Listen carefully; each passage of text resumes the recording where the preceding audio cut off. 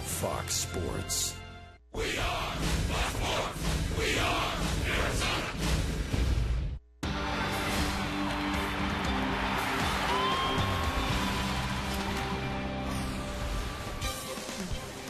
Well, the Diamondbacks with a chance to take over first place in the National League West here this evening as fans file into Chase Field in downtown Phoenix.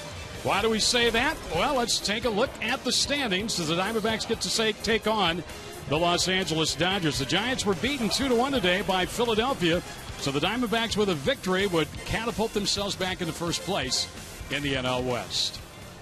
Hi, good everybody. Along with Mark Grace, I'm Greg Schulte, and for Darren Sutton, the Diamondbacks, boy, they're trying to get that victory here tonight, get back into first. Grace, this has been kind of a weird series between these two ball clubs.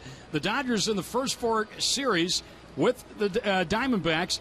Diamondbacks have lost the first ball game, and the Dodgers have come back, and the Diamondbacks then won the next two. And we've been talking all year long, Greg, about just how resilient this Arizona Diamondbacks ball club is. They've come back late in ball games from the sixth inning and on, but now they're also showing resiliency as far as series are concerned. When they drop the first game of a series, they've been okay because they find a way to come back and win the next two, and that's what it's all about when you're trying to be in first place. And the Diamondbacks turn to Joe Saunders, who beat the Dodgers last time out. He's been outstanding this last 14. Yeah, Joe Saunders has certainly been a big reason why the Diamondbacks find themselves playing for first place ever since the first 6 weeks of the season. This guy's been terrific. It was a struggle early. He has been terrific. He's fitting right in line with Ian Kennedy and Daniel Hudson. He's being that third weapon. And the Diamondbacks will face a young rookie up from Double-A Chattanooga, Nathan Eovaldi, a hard thrower. A very hard thrower. They say he can throw the ball up to 98 miles an hour. So the Diamondback hitters are certainly going to have to be quick with their bats, but they're also going to have to be patient. I'm sure there's a lot of large butterflies in that young man's stomach, so they have to wait him out, be patient, and make sure he throws strikes. And a big crowd on hand here tonight to watch Game 2 of this three-game series.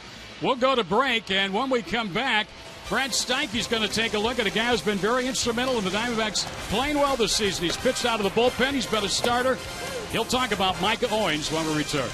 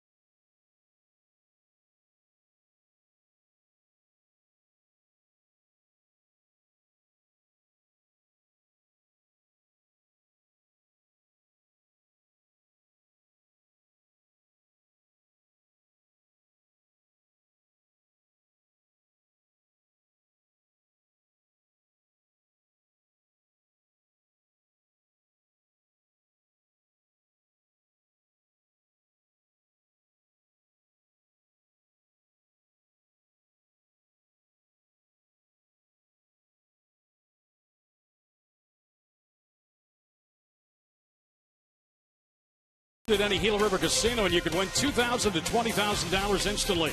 By Jack in the Box, for a limited time, Jack's really big chicken sandwich back for only $3.99 plus tax at participating restaurants. And by Southwest Airlines' new Rapid Rewards, unlimited reward seats, no blackout days. And welcome back to downtown Phoenix, Game 2 of the D-backs 3-game series against the Los Angeles Dodgers. They lost last night's game, looking to get back on track tonight. And there's a pretty good chance we will not see Micah Owens tonight. That's because last night he was simply marvelous. Came in and issued a 4 2/3 innings of scoreless baseball. Really took over for Josh Colemanter, did an outstanding job. You know, it's been interesting. The story of Micah this season has been one of perseverance and also versatility. He started, he's come in relief. In fact, his last 7 games, his ERA is 0.79. D-backs pitching coach Charles Nagy on the importance of Micah Owens. Micah's been great all year for us. Spring training, he came in and we sent him to Reno. And like you said, he's been very versatile, long. He's come in spot started for us, and he's just, you know, taking the ball and just gotten people out. You know, even, I mean, that's part of Micah's makeup, too. He's not going to let you beat him. He's an aggressive guy. He's very competitive. He's going to challenge you. And even if he's dead tired out there, he'll still give you another hitter. It's been rock solid all season long. We come back. The Giants have already lost, so the D-backs with a chance to take over first place once again in the NL West. When we come back, it's the Governor and Gracie. D-backs baseball live on Fox Sports Arizona.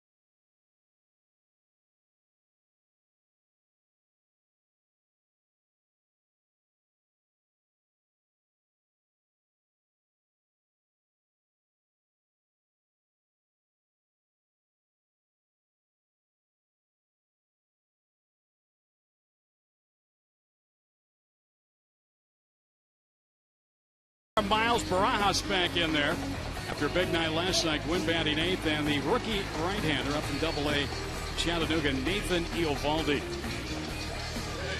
Our KFC pitcher report on Joe Saunders. Well, he's just been rock solid, as good as anybody in all of baseball, even better in the month of July, and now even into August as well. He's just been such a big shot in the arm. Right alongside Ian Kennedy and Daniel Hudson. Joe Saunders looking to stop a 2-game skid. You usually look to your ace to stop those skids. Well, Joe Saunders looking to be that ace tonight. And here we go for a night of baseball. Nice crowd is gathered here on a Saturday, the 5:10 start. The Dodgers winning here last night. We talked in the open. The Dodgers have won the opening game, and then the Diamondbacks have bounced back in the preceding series to win the next 2. D. Gordon with that great speed, and he swings and misses, and that was an ugly-looking swing to start the ball game. That's a tough way to start your day if you're D. Gordon. That ball just ran right in on his kneecaps on a defensive swing. So Joe Saunders, a lot of movement early. Ball inside. He's really picked up his pace, hasn't he, Saunders, out there on the mound? Well, a lot of times when you're having success, that's going to pick up your pace. You just can't wait to get the baseball and throw it again. Here's his 1-1. And a nice little comeback. Boy, if you're a pitcher, you get a broken bat and a little line drive right back at you. Boy, he just pounded D. Gordon in, broke his bat, and just got a little floater right back chest high to him. Somebody's got to tell D. Gordon that the ball's not carrying back to the mound. So on the way, and here's Casey Blake. Blake, right-handed batter. A big night last night, but he hasn't solved Joe Saunders in his career. He's 0 for 15 against Joe. Again, the Giants were beaten. Philly got 2 in the first at San Francisco. The Panda hit a home run with 2 outs in the 9th, but that was all they got off Hamels, and Philadelphia won that game 2-1. So the Diamondbacks with a victory, Gracie, could go back into first place in the West. Wouldn't that be something? Or Cole Hamels. Phillies making a statement right now. Phillies are making a huge statement. What is that, 9 in a row for them now? Yeah. There you see the updated standings and that score. That's a strike pounded in by Joe, and it's 1-2.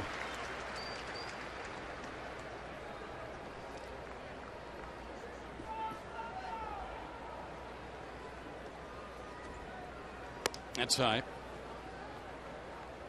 Joe throwing harder, I think, as well the last couple of months that he did in spring training and early in the season.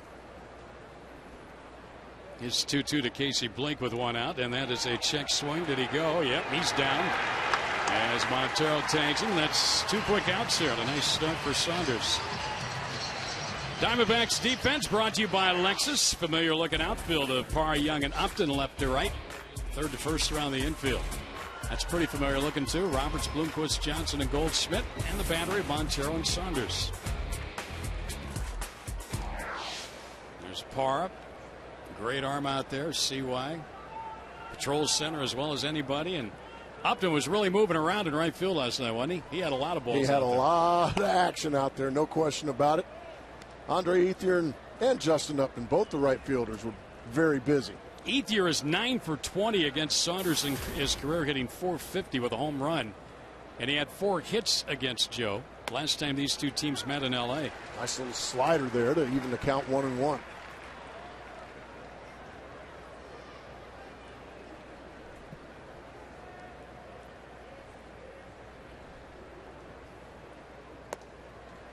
On deck, it's Matt Kemp.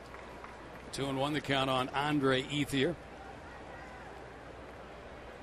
Again, 4 of those hits the last time these two teams met on the 31st last Sunday.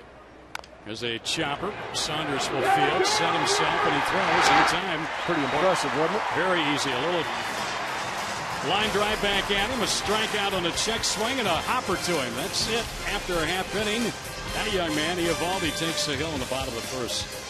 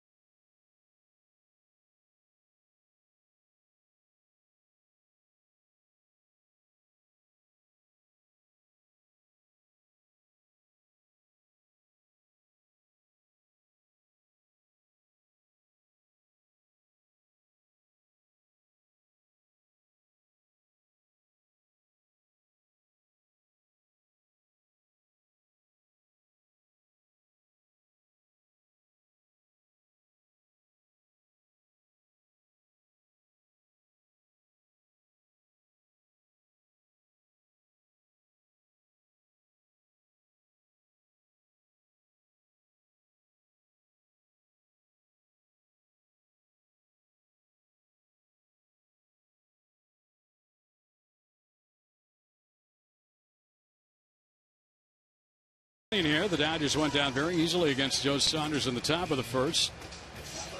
It's Kurt Gibson bobblehead night here at the ballpark. How about that? And Diamondbacks wearing their black tops, black caps tonight. Maybe closing on the 500 mark. Diamondbacks at the moment 10 over 500. Southwest Diamondbacks lineup: Bloomquist, Johnson, Upton, Young, Montero, Roberts, Goldsmith, Parr, and Saunders. And they're going to go up against this young right-hander, Nathan Eovaldi, up from Double-A Chattanooga. All the reports on him are that he is a very hard thrower. He's got a couple of off-speed pitches as well, a couple of different breaking balls, a slider and a curveball, and then an occasional changeup. But he's lit up the minor leagues, so I guess they've decided, come on up here and pick on the big leaguers. Well, Ruby De La Rosa out for the remainder of the season, so this young man's going to get a look-see. 21 years old, 11th round pick back in 2008. And the first man he's going to face in the big leagues is Willie Bloomquist. Willie had a big night last night, 3 hits.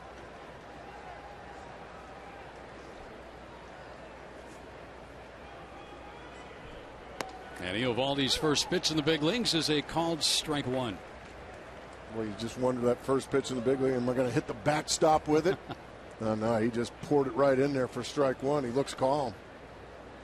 Ground ball chopped to short. Lee Gordon comes in, fields and throws, and got him 1 out.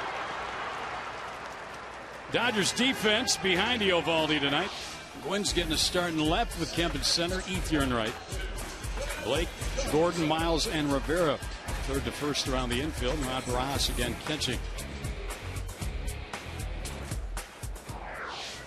Ethier made a nice catch last night in right, robbing Micah Owings of extra bases. Here's Kelly Johnson.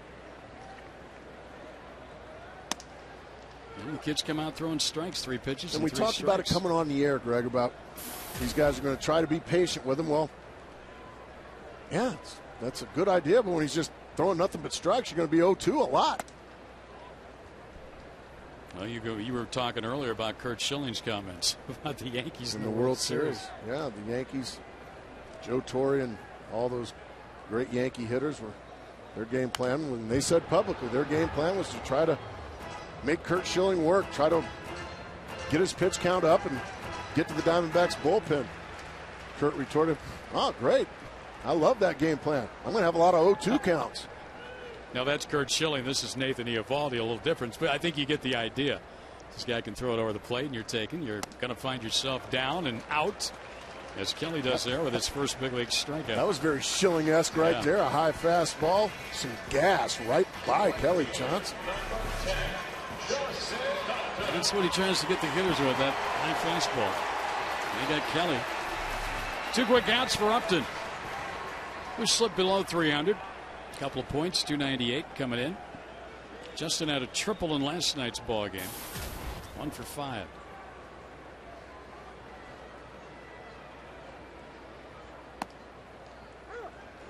He's just pouring in strike after strike. This is impressive.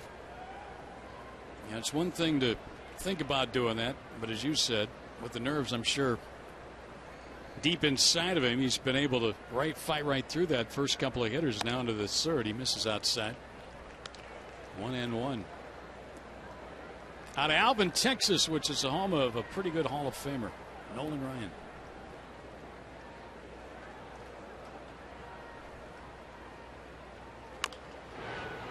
I'm sure he's heard of that famous name growing up in Alvin, wouldn't you think? I would think once or twice, maybe. Well, he's trying to breeze through his first big league inning. He looks bigger than 185, doesn't he? Yeah. Yeah, sometimes I think you have to take these media guide weights with a grain of salt. Well, he strikes out 2 in the inning, sets the Diamondbacks down in order. So after 1, there is no score.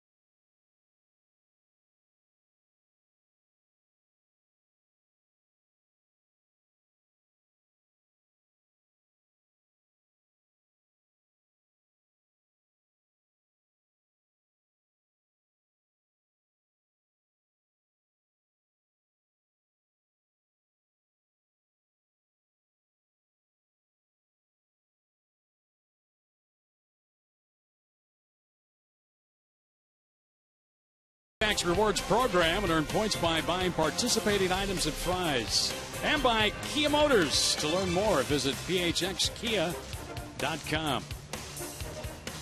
Well, very easy first innings for both Joe Saunders and Nathan Eovaldi. Matt Kemp will lead off for the Dodgers here in the Dodgers second. And the beat LA weekend. Yeah. Didn't work last night. Maybe it not at all. Joe will miss outside. Kemp's had a MVP type season. 6 for 22 against Saunders with 2 home runs in his career. All right, Greg Schulte. If the season ended today, who is your National League MVP? This guy?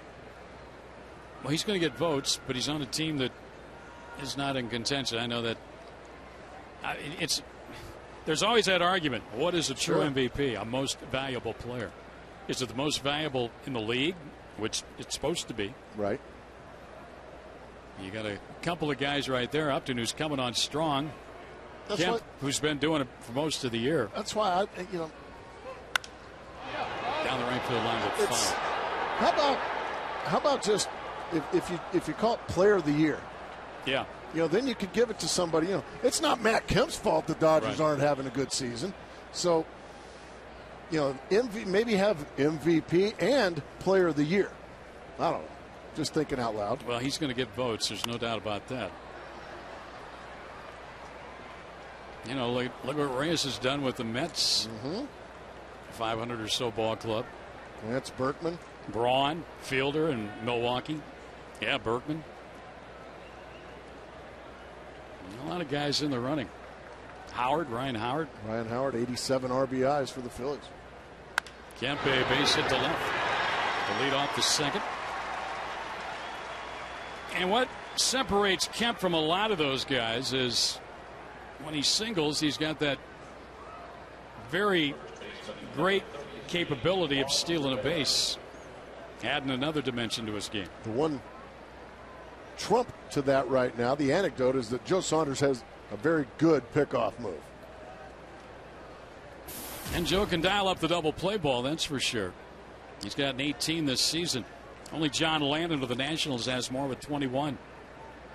This is Juan Rivera, the right-handed hitting first baseman.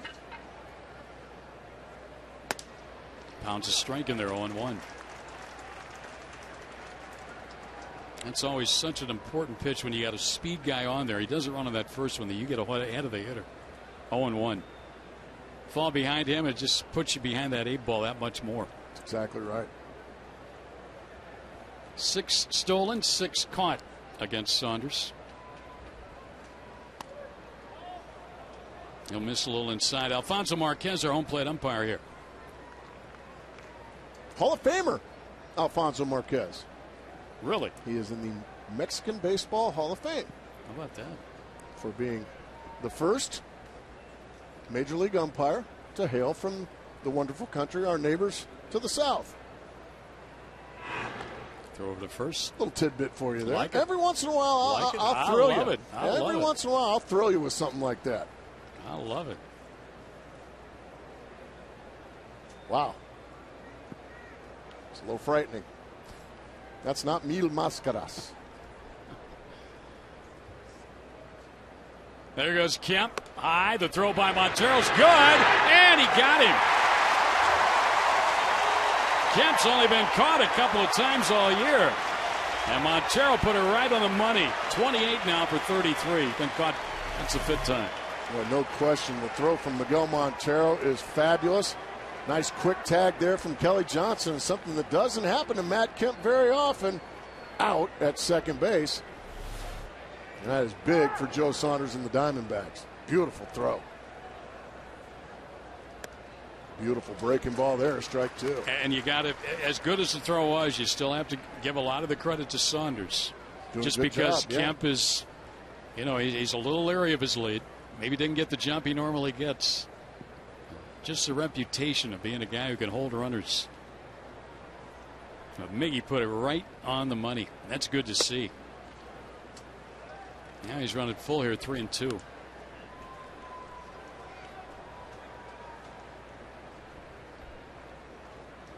I was out by that much. Dang it. Now I got a scrape on my arm and I'm out. Rivera hits one fair down the right field line. And he'll end up at second base with the double. Well, that was awfully pretty hitting there from Rivera. Took a fastball away and just drove it down the right field line. Nothing Paul Goldschmidt can do. That ball is just swatted inside the bag. And these Dodgers coming out swinging it nice here in the second inning. So the throwout was a big help, wasn't it? No question. Kemp might have raced home on that one. Runner in scoring position, 1 out now for Miles, batting right-handed.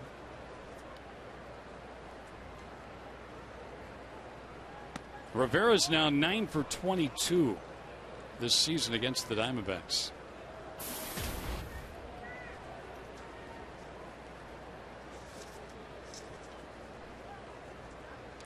Miles on the year has driven in 28.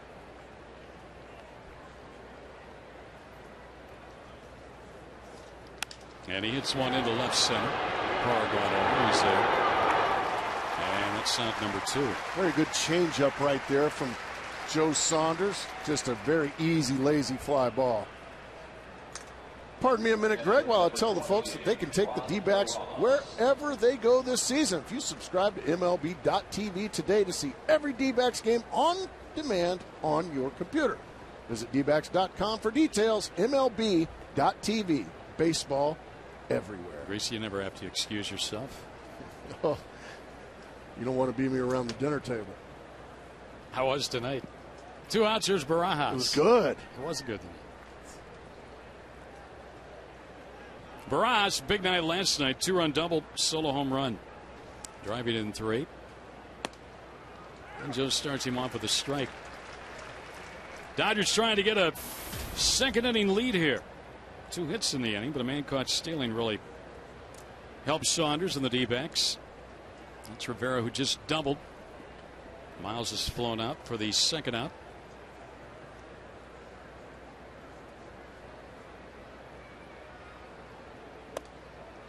Barajas checked off, 1-1. We mentioned the Phillies beat the Giants. Those poor Pirates are losing again. Well, they went from the best story in baseball. Now it's like the worst story in baseball because you just feel bad for them again, don't you? That would be their 9th loss in a row if they lose, and they're down 5-1, about halfway through against San Diego tonight.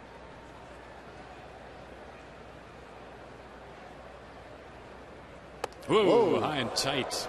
Get out of the way of that. Watch out, Rod.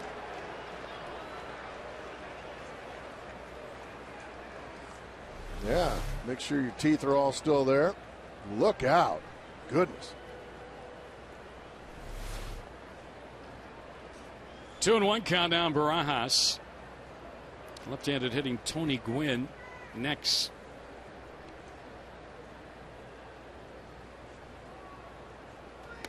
Way outside, 3-1. And Joe Saunders with a base open may just be deciding here.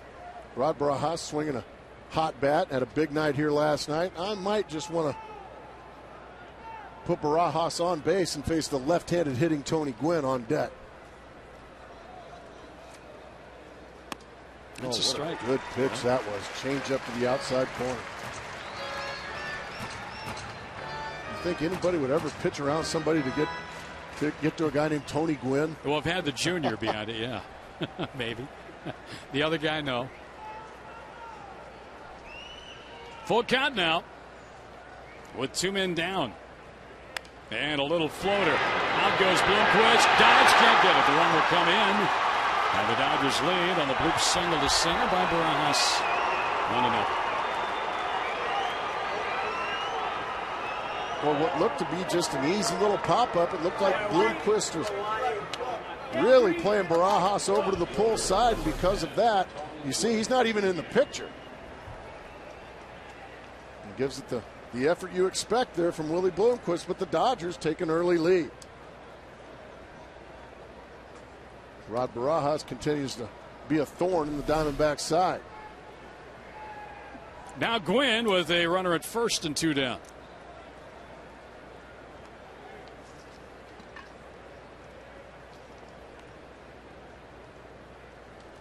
So the Dodgers break onto the scoreboard first here tonight.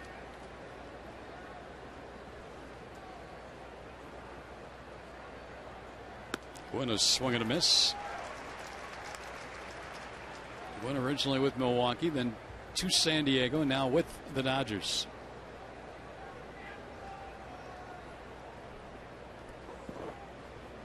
Warm outside, very, very comfortable here indoors.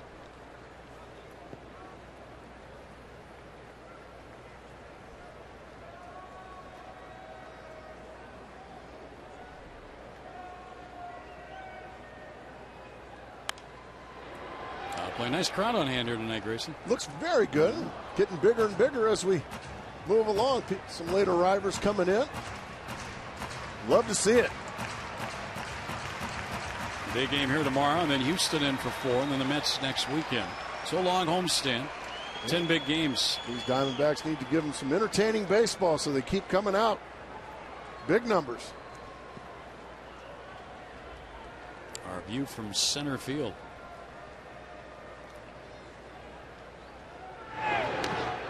Boy, Barajas was leaning. He was. I don't know where Rod Barajas would be going, but I think he was just fooled. Whoa, hey, people usually don't pick off with me over here.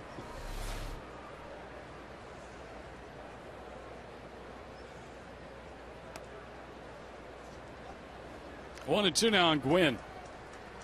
Kemp started the inning with a hit, but then he was caught stealing. Rivera then doubled down the right field line.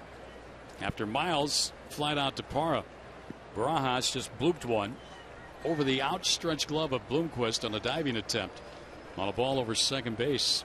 Rivera scored. And now the count on Tony Gwynn Jr. is run even at 2-2. After a breezy first inning, Joe Saunders has had to labor through this second inning. A 12-pitch first inning. This is pitch number 25 here in the second. Trying to end it with this one to Gwynn. And he does with a strikeout. Second of the night, but the Dodgers break on top. 2 hits, make that 3 hits in the inning. Now they leave one, but they have the lead for Nathan Eovaldi.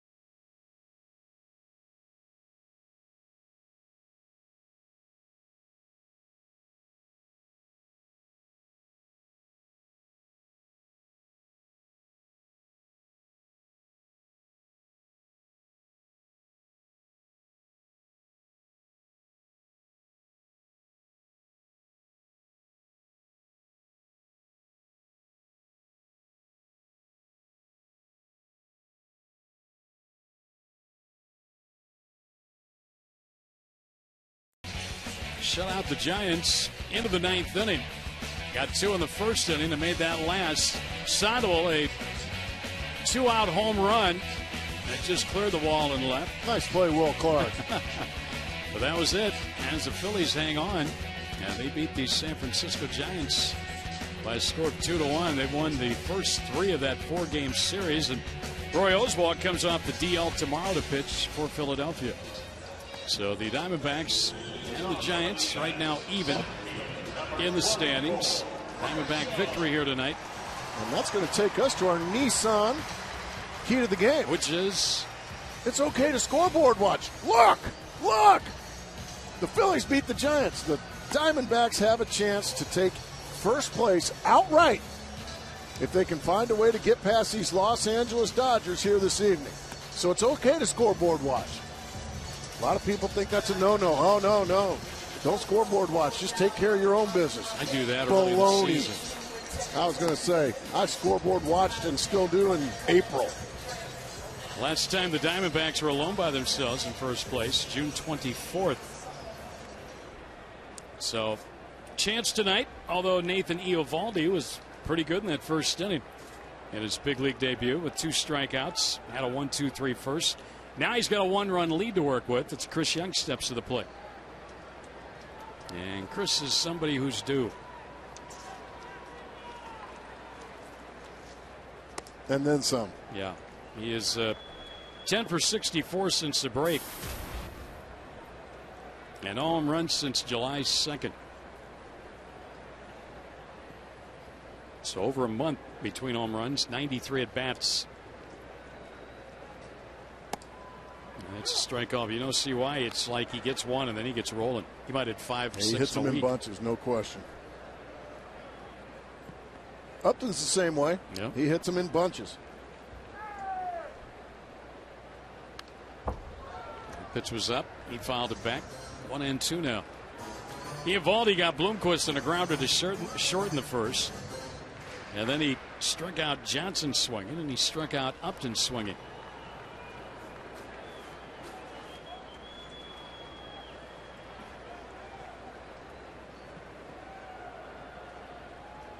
Quickly 1-2 count on CY, leading off in the D-backs second.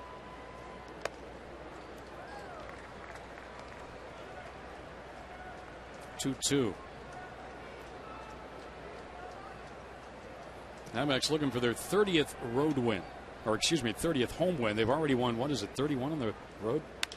High drive, deep left field. It's going to be caught. Wins back toward the warning track. Got it off the end of the bat a little bit. Hit it deep and out. 1 down. Let's go to Brad Steinke. Hey, thanks, guys. Anytime I get a chance to talk hitting with D-backs hitting coach Don Baylor, I pay pretty close attention. His task today was getting this D-backs team ready to face the big right-hander. Like you guys talked about, the emphasis was on being patient. He tends to throw a lot of pitches up in the zone. The idea was to make him have a high pitch count today. And the thing that's so unique, obviously, they have all kinds of advanced scouting. Their minor league scouts do a great job. It's one thing to see and know what this guy does. It's another thing to put it in practice. But that's the thinking today is be patient and see what this guy's got. And so far, it's been pretty effective. Strike 1 to Miguel Montero on a swing and a miss.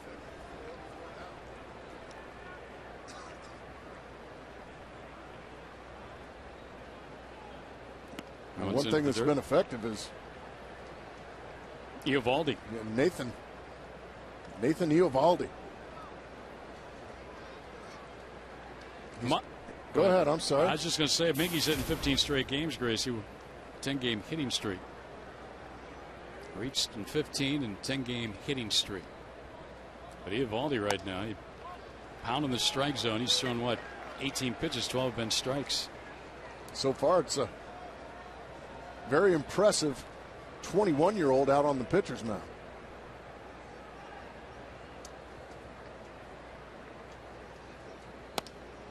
And he gets ahead of Montero. Back in 2003, a young man was called up to make an emergency start for the Los Angeles Dodgers right here at then Bank One Ballpark, facing Randy Johnson. His name was Edwin Jackson.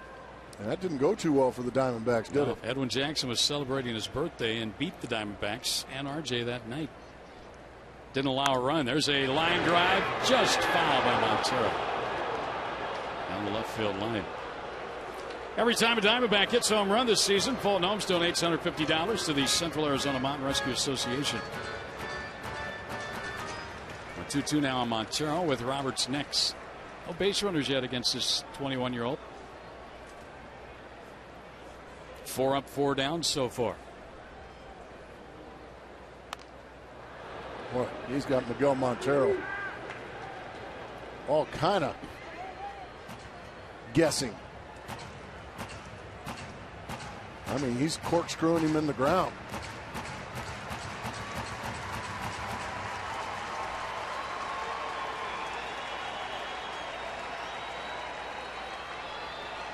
Two on Miggy.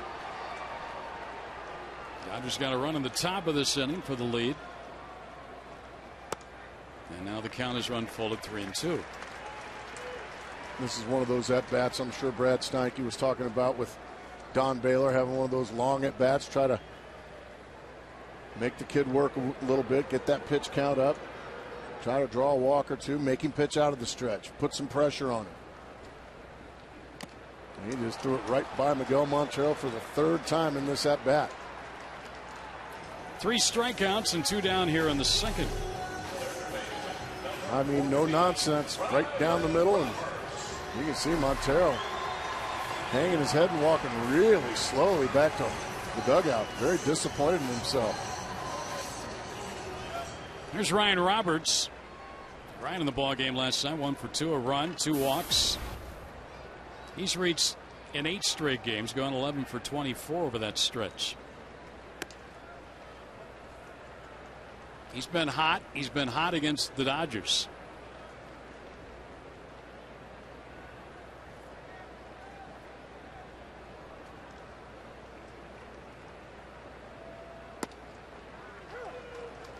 Oh, just nice, free, easy. 7 miles an hour. Goodness. Yeah, he's got a swing and miss fastball. His strikeouts to Kelly Johnson, Justin Upton, and to Miguel Montero have all been on fastballs. And there's another one right down the middle and right by a Diamondback hitter. So that ball's getting on these guys. Whoa. Watch out. Watch his arm speed, Greg, folks at home. Watch how fast his arm goes from point A to point B. Must be something about guys from Alvin, Texas, huh? Yes. Watch this arm. Watch the speed. Wham. That's impressive. Yep. Roberts has run to 2-2 now with 2 quick outs here. 2nd inning, Dodgers leading.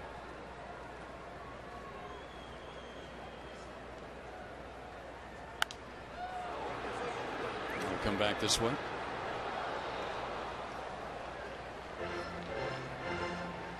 Diamondbacks since May 13th, they were 7 games below 500.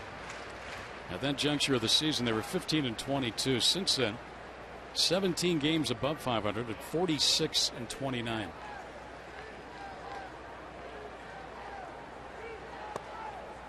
Another 3-2 count on another hitter. Got underneath a slider there and it just floated.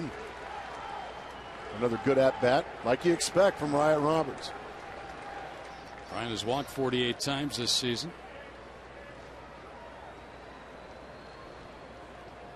Make it 49. I tell you, he's locked in because he's a very aggressive hitter. Well, speaking of hitters, Paul Goldschmidt, well, he's faced Eovaldi before, hasn't he? 4 times without a hit. Double-A Mobile. Yeah, Eovaldi's last start was against Mobile. The Bay Bears. Goldschmidt's former team.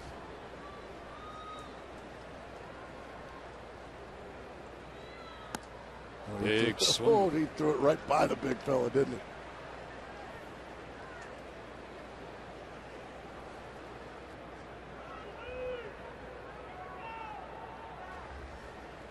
Don Baylor had said before the ball game that he was going to ask Goldie to talk to the hitters, let him know about Eovaldi, because he has faced him. There's a line drive to left. He's got a hit. And Roberts will stop at second. So a little something going here at 2 out. First walk, first hit now given up in the big leagues by Eovaldi. Go ahead and finish your story about Goldschmidt and Baylor. Baylor said, I want to see if he uses a few more words than yes and no. He said he's been a very polite young man so far, but I want to hear a little bit about it. Well, that old saying rings true, certainly with Paul Goldschmidt, that Rookies are meant to be seen and not heard. And he takes that, I think, very well. Now Parr with 2 on and 2 out.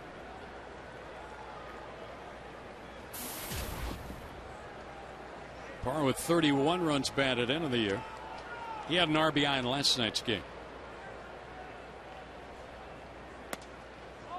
That'll miss just outside, ball 1. Parr has put together a very good year. Runners in scoring position, 309. It was way down last year after a very successful rookie year with runners in scoring position. 2-0. Well, he's working out of the stretch, Gracie, as you said, a little bit more difficult. That's what you try to do to these youngsters. Give him something else to look at out there. Let him look around and see a black jersey on second base. Oh man, there's one over there at first, too. Now you miss a couple times. Now you got Rod Barajas, your catcher. Settle down, settle down. Stay in control. Ball 3. Ross can't find it. Now he spots it. Roberts has to stay. And you got some crowd noise. Yeah. He's never pitched in front of close to 30,000 people before. Extra deck here in this ballpark.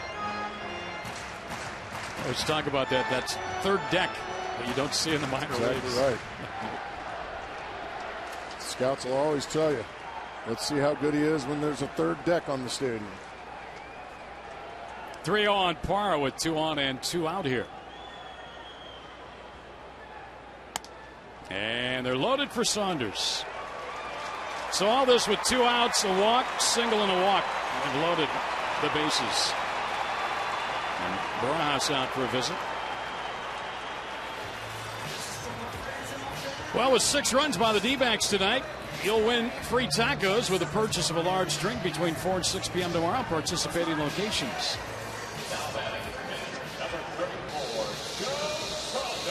There's Bazooka Joe. Darren Sutton dubbed him Bazooka Joe once he got all that nasty gum all over him in the batter's box in Los Angeles in his last start. All of a sudden now, Eovaldi, after 2 quick outs, a walk, a base hit, and now another walk. I would imagine Joe Saunders got the take sign. Saunders 6 hits, 1 RBI on the year, and he takes the strike call. He got it in there. Got ahead.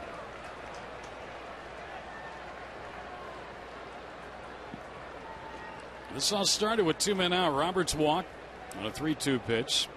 Goldschmidt single to left. Parr walk. It's 1-1 on Joe Saunders.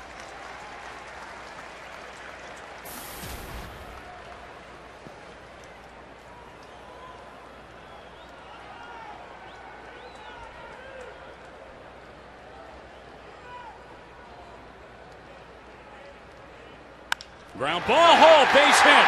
One is in. Here comes Goldschmidt around third. Throw to the plate by Ethier. He slides. He's safe. Saunders gives himself a 2-1 lead. Come on, Joe. Crack a smile.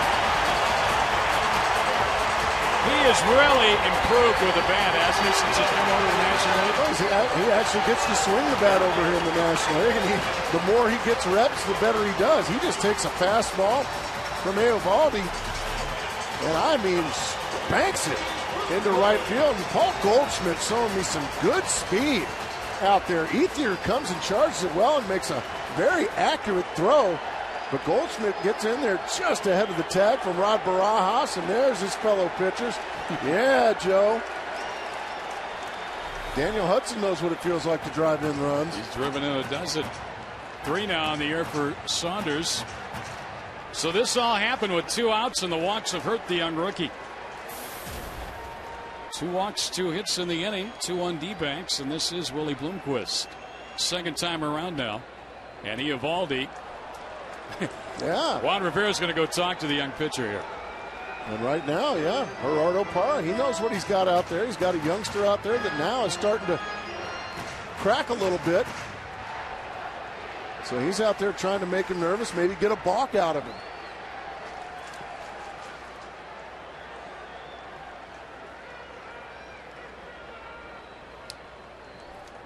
Bloomquist into center field, comes over. He's got it. Side retire for the D-backs, get the lead as Joe Saunders comes through with a 2-run single. We'll head to the Dodger third. D-backs with the lead, first time in the series, 2-1.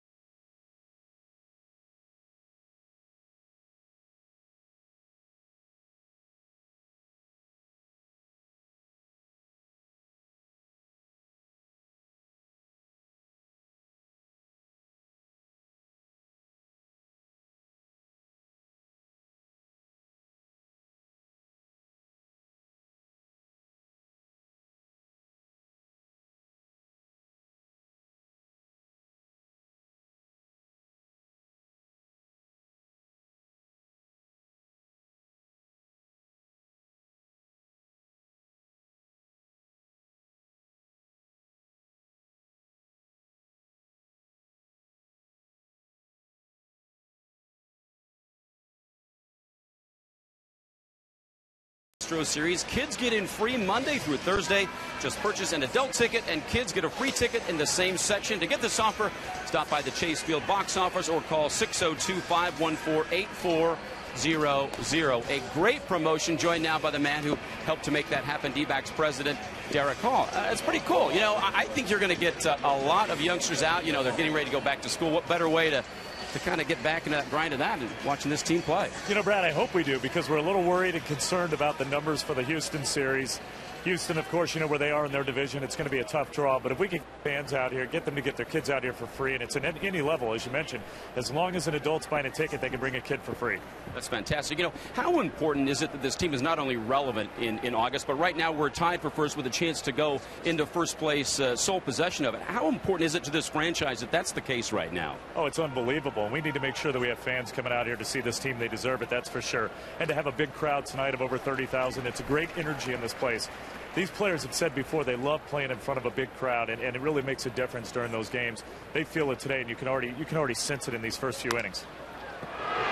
There's a base hit to right field for the pitcher, Eovaldi. You know, it's interesting, getting ready for the All-Star game, which came off without a hitch, would be enough for most franchises for the whole season, but you guys had to bounce back right after that and have a really important homestand. Have you seen a lot of carryover in terms of the success of that All-Star game into what's happening here at Chase Field? Yeah, great question. I think we have, Brad. I think we've seen a lot of folks that experienced Chase Field for the first time. They extended their vacations. We've heard from baseball fans that they've stayed here. They wanted to see what our product was like.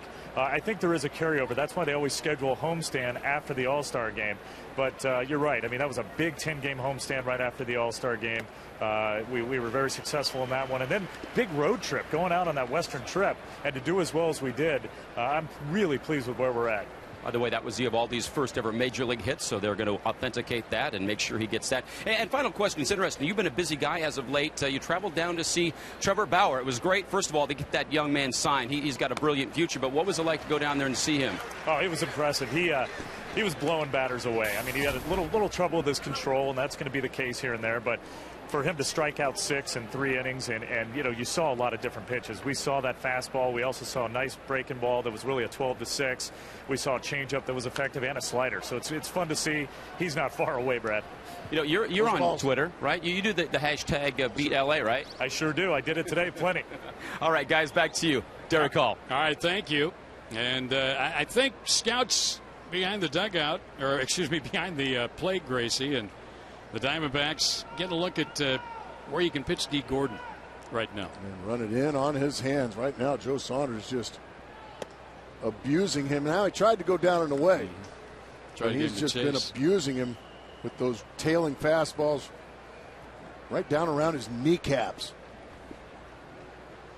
Eovaldi's first big league hit to start the Dodger third. Broken back.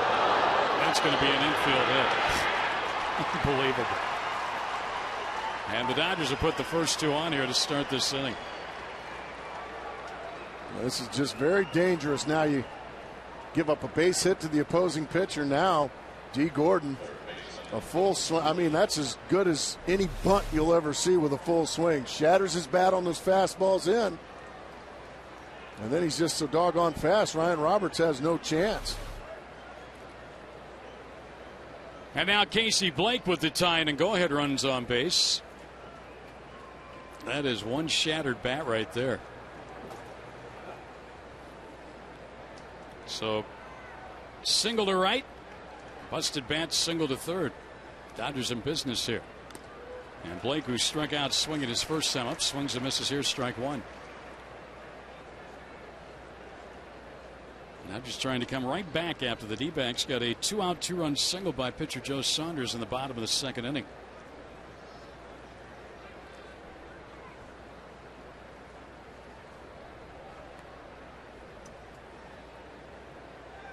Now Blake shows bunt. Pitch is high. No, you can tell there is zero success with Casey Blake against Joe Saunders after swinging and missing strike one. 0 for 16. I'm sure on his own just said it. And that's the kind of team guy that Casey Blake is. Like, I'll just do it on my own. I'm struggling to hit this guy. I'll just bunt him.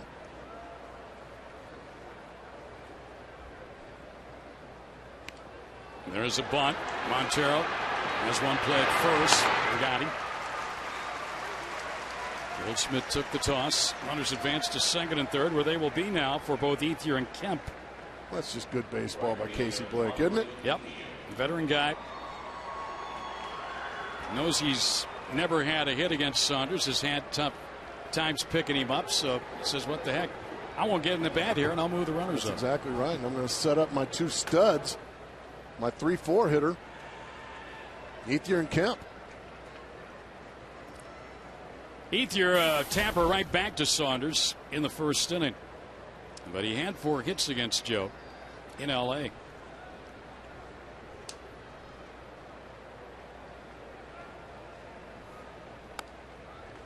Just missed the outside corner. Well, this becomes a very important out in this inning for Saunders with Kemp next.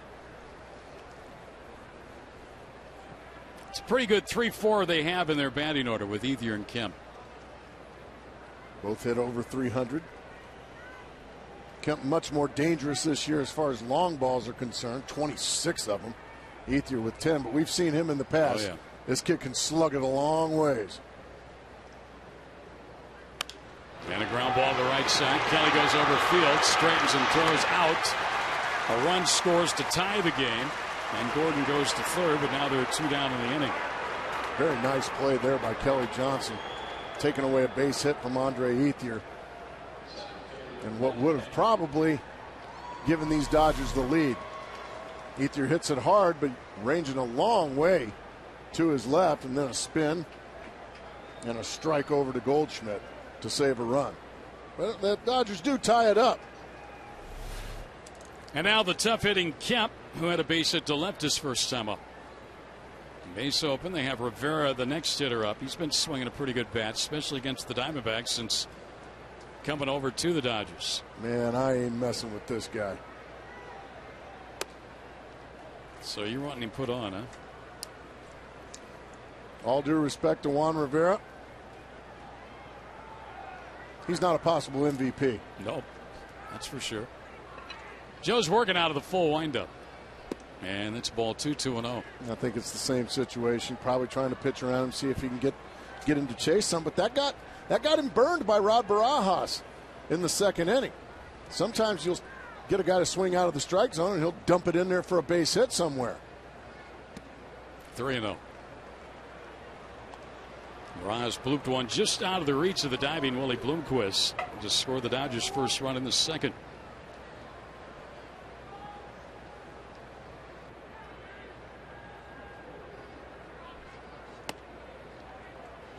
There's a walk to Kemp. Look at Derek Hall's doing everything these days. What is going on? Somebody's swabbing the deck.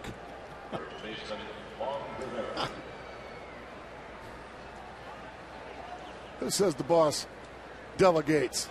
Well, here's Rivera with 2 out now and 2 on. When you want something done, just do it yourself, boss. Not a boy, Derek.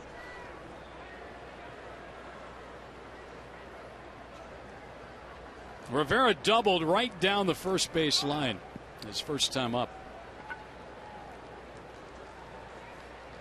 2 on and 2 out and a run in and a 2-2 game. A lot of twos we're talking about. There's a strike. Gorgeous fastball right to the inside corner, strike one.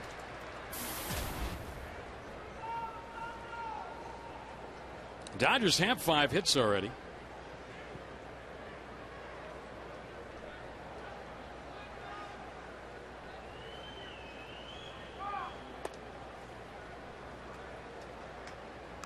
Joe, after a pretty quick first inning, has thrown quite a few pitches here in the last 2.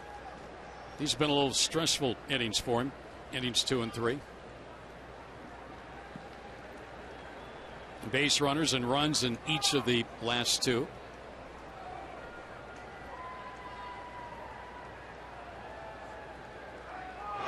Temple throwing through and get back. You got to be careful with those, because when you got a rabbit over there at third base like D. Gordon, if he reads the left-handed move over to first, he can just take off. Right now, if I'm Joe Saunders, see how big the lead is now? If he sees the move over to first base, he can just sprint for home.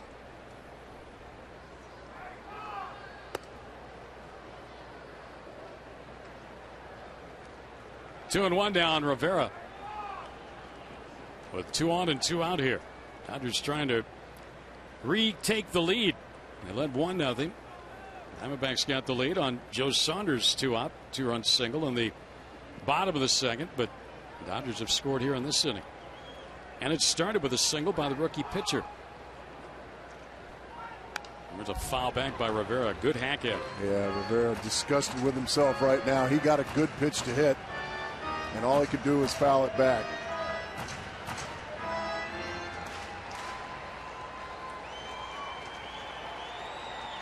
So now we really have the deuces wild. 2 on, 2 out. 2-2 count on the hitter. 2-2 ball game.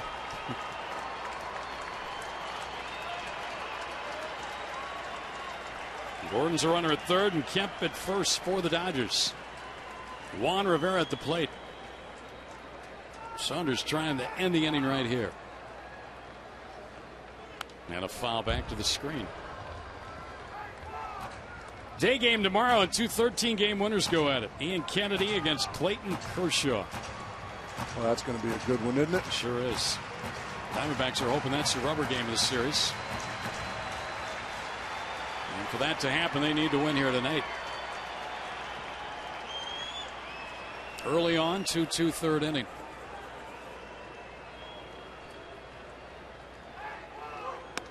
Strike got him looking. He doesn't agree with that strike. Third strikeout for Saunders. Dodgers lead 2, get 1. D-backs bat bottom of the third. We're all tied up.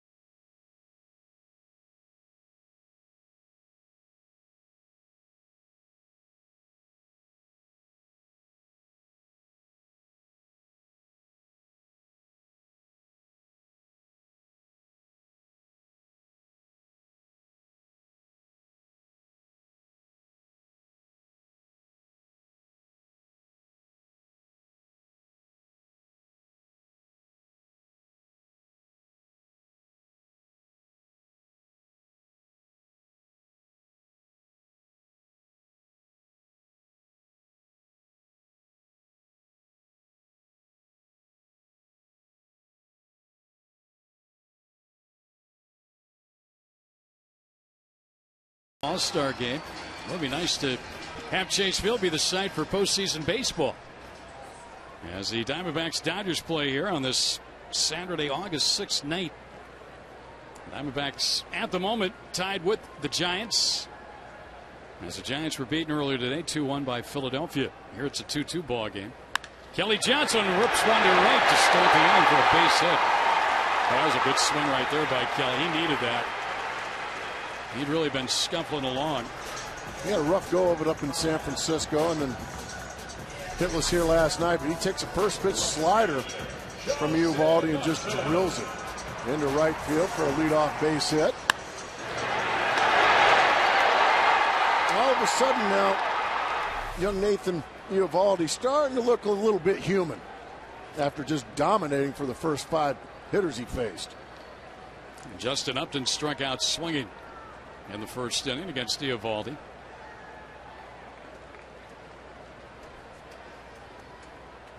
Oh, they got Kelly Ling. And they run him towards second. Gordon will run him down. And he got it. And Gordon's hurt. It looks like over at first. Sloan getting up. Johnson was picked off. They're out to 10 to D. Gordon. Boy, can he fly. Diamondbacks have been making an awful lot of outs on the bases lately. Yeah, he just got his pocket picked, and then it's just a foot race, and D. Gordon's going to win just about every one of these.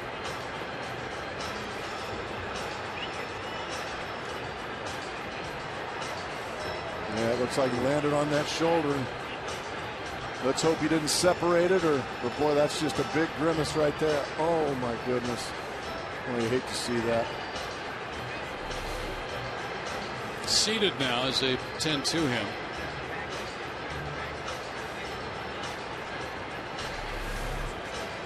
From this angle,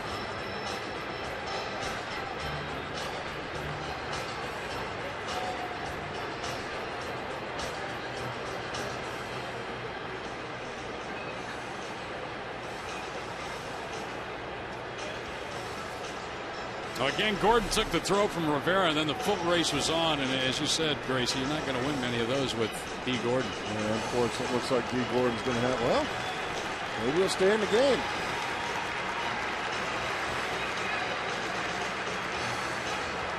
He did the same thing last night. He stayed on the ground for a while when he hurt a hand, and now it's like Jamie Carroll is out of the dugout, and I think he's going to come in. So a nice hand for the young man. If he had separated his shoulder, he wouldn't be walking and being able to swing his arms. So I think that's just more just maybe a strain. Let's hope that is, because it's kind of an exciting kid to watch play baseball. So Jamie Carroll takes over at shortstop and will be in Gordon's spot in the batting order. So that leadoff single wasted as Johnson picked off. 1-3-6.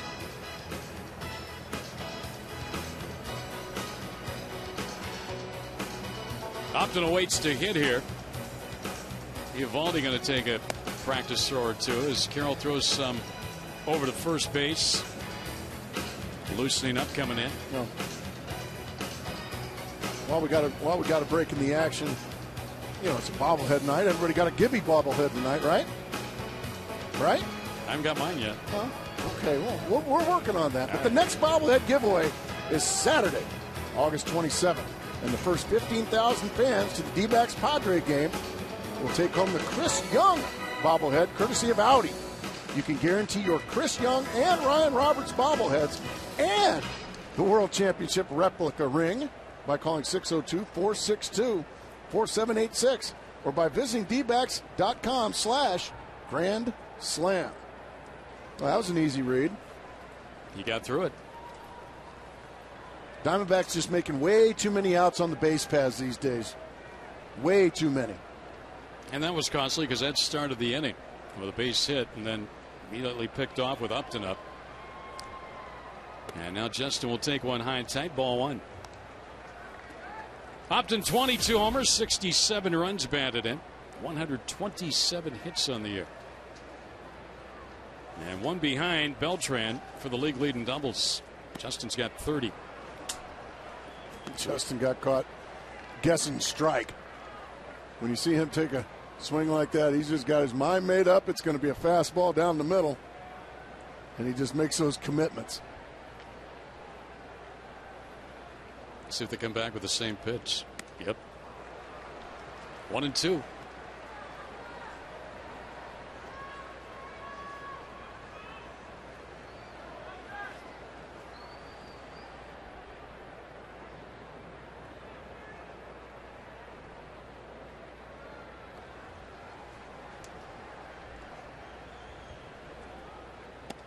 Wow, Justin, his 2 at-bats against Eovaldi resulted in 2 strikeouts. That was Groundhog Day right there. 3 sliders in the exact same spot. 3 just whatever you call those kind of swings.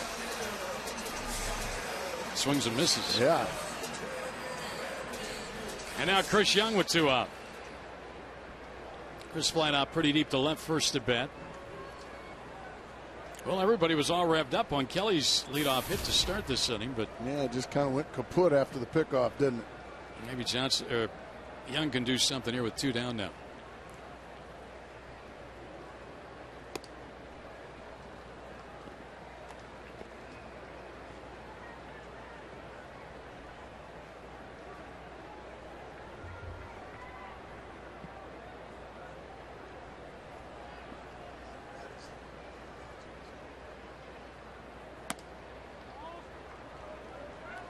Eovaldi is at 47 pitches in the ball game. Working here in the 3rd.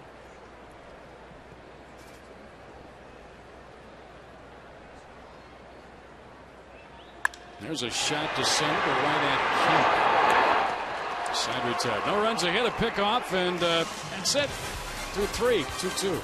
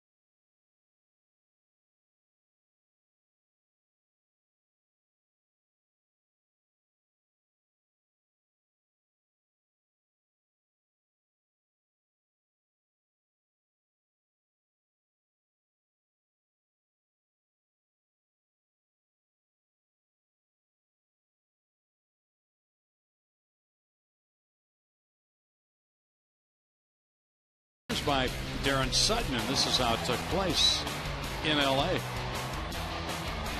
Well, it's just beginning. It's just beginning. Gets it on his batting gloves. Okay, now it gets it in his bat. See, at that point, I would have put it on Navarro. I would have just put it right on his jersey. Now it's on his bat. And he wants him looking like, you got to be kidding me, Rod. What's the worst thing to step in? Gum. Droppings. Or other. Oh, man. Or all of the above? Well, there are a lot of worse things we can't even put up there. The other is probably the one you want, right? It's behind first. Kelly out. Upton on. Look out. And Kelly will make the catch. 1 down. Boy, that's one of those balls, Gracie, and you've been out there on those in-betweeners. Guys charging from the outfield, infielders are going out. Well, when the infielder's going out, like I was as a first baseman or your second baseman, you're going out with your back to the plate, and you know your right fielder's coming with a full head of steam. And usually your right fielder is a pretty big dude. Guy. I had Andre Dawson and Sammy Sosa for my years in Chicago. Those guys were both fast and big. And you're going out there, yeah, but you're really listening. You're really listening for that I got it, and you're kind of hoping for it. But until you hear anything, you have to continue to go for it and trust in that right fielder to let you know. And Justin saw that Kelly had a good beat on it, so he let him take it. There's a pop foul back and out of play. Tonight's Text Bowl presented by your local Valley Kia retailers. By texting to vote, fans consent to receive a message from Kia Motors America. Gum, droppings, or other. I know what Joe had picked. There's a shot hit back toward the middle. Barras 2 for 2. Boy, he's had quite a series. 4 hits in 2 games.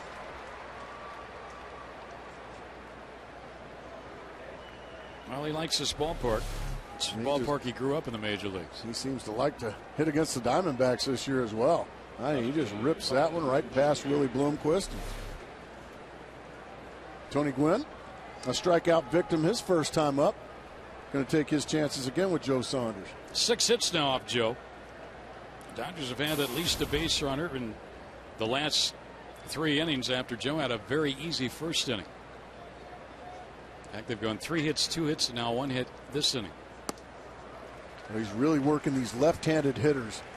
D. Gordon, now Tony Gwynn, really running some sinking, running fastballs, bullying them inside. He's had pretty good success with it, too. Yes, he has. Gwynn struck out swinging his first time up. Joe's fan 3. He's walked 1. Another one to the inside, just missed. I would think until Gwynn can turn on one or hit one solid somewhere, he's just going to keep pounding him there.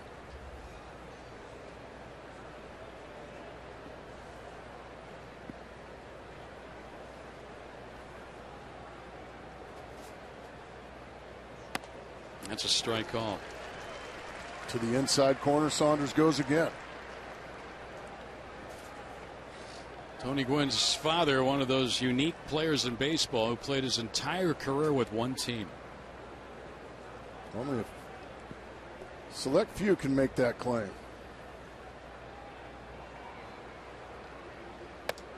In tight. In fact, he and Cal Ripken both went into the Hall same year, both playing for one team. I mean, guys like Craig Biggio comes to mind. Yeah, there have been a few. Ground ball chopped to short. Wynn can fly out at second and out at first. A nice scoop over there by Goldsmith. Well, they turn 2-6-4-3. Saunders dials up his 19th double play of the season. And that gets him out of the Dodger 4th inning. D-backs come to bat. Miguel Montero, Ryan Roberts, Paul Goldsmith do well.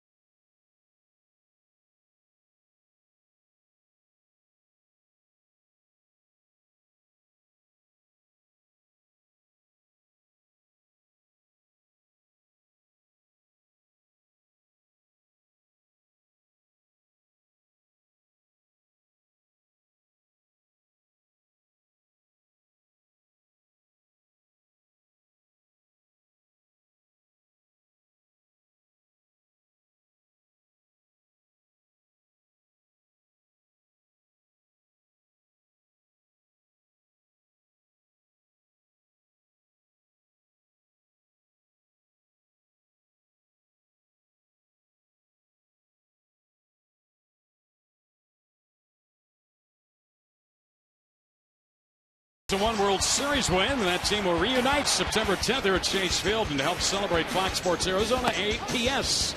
Present World Championship moments, remembering significant events during that championship season. Schilling and Brown, April 10th, 2001. A game that took an hour and 56 minutes. Schilling had the win over Brown of the Dodgers. 2-hit shutout, 10 strikeouts. 2-0 D-backs. Gracie went 1 for 3, and Gonzo had a solo homer in the 7th.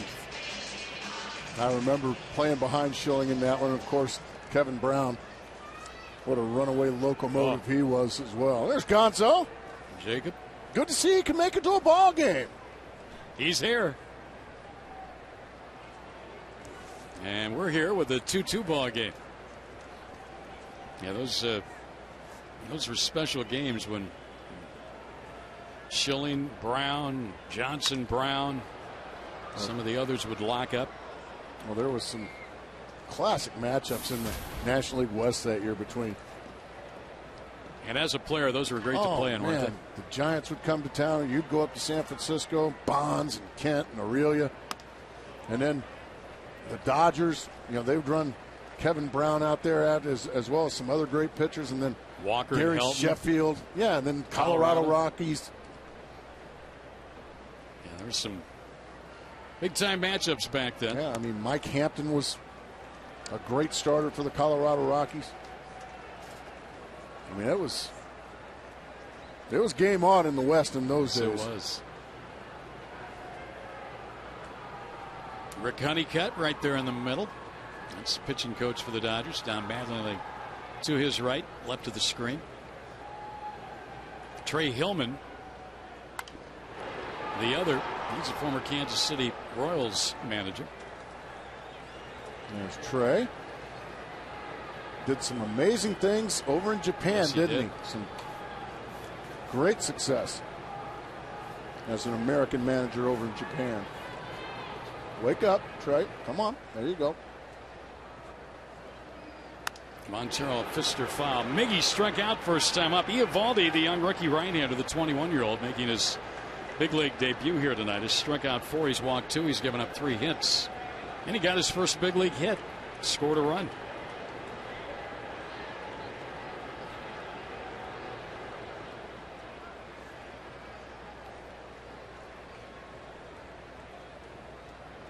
Montero trying to get on here to lead off the 4th inning for the D-backs.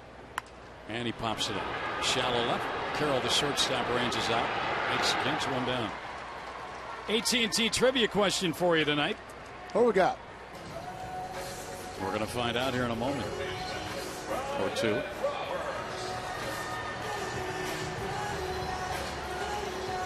How many Diamondbacks were left on base? I got a good answer to that one. Who cares? 1.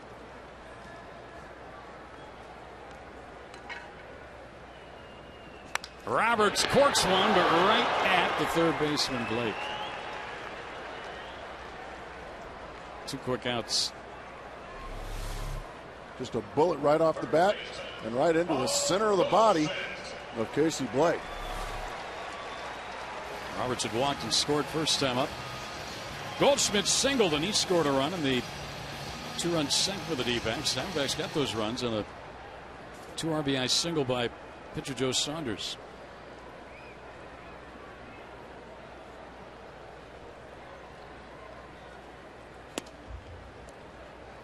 Goldschmidt with 1 home run. He hit that off Lincecum in San Francisco. He's 4 for 15 to start his big league career.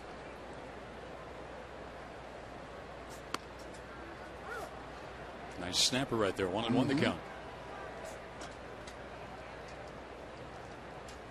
Eovaldi trying to set the side down in order for the 2nd time in this ball game. And that's strike 2. This kid's been pretty impressive. I agree. Big league debut from Double-A. Joe Saunders drove in both runs off of him. The rest of the Diamondbacks haven't done much. 2-2 the count.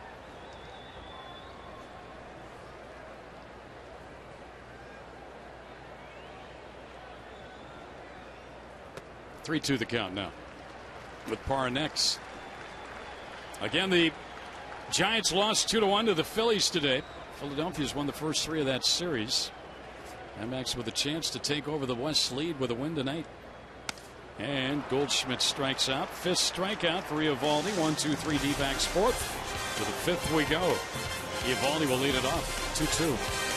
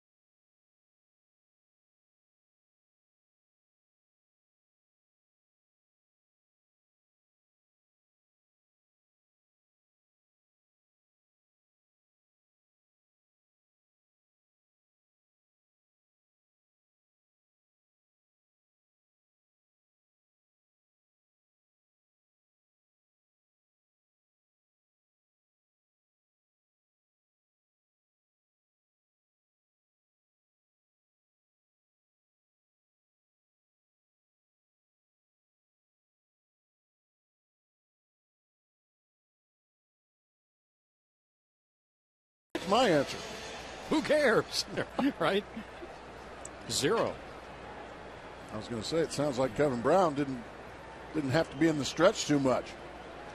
Gonzo a solo home run, and not much else. You had a hit.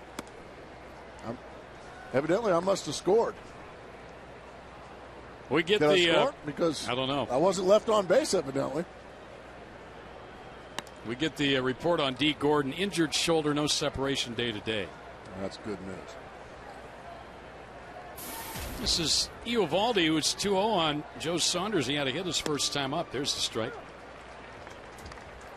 Eovaldi started the 3rd inning with a single and came in to score on a ground out by Andre Ethier, and that tied the game at 2. 3-1.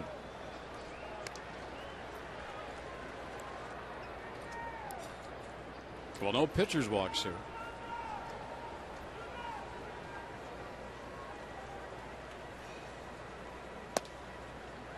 Right down the middle. Saunders looking for win number 9 here tonight. 4-1 in the month of July. Yeah, it's more like it, Joe Saunders. Swinging strike 3, 4th strikeout of the night. Here's what happened to D. Gordon on a rundown of Kelly Johnson. Well, they're getting a foot race here and then the dive. He kind of ends up in a heap there. He fell on it hard, didn't he? Sure did.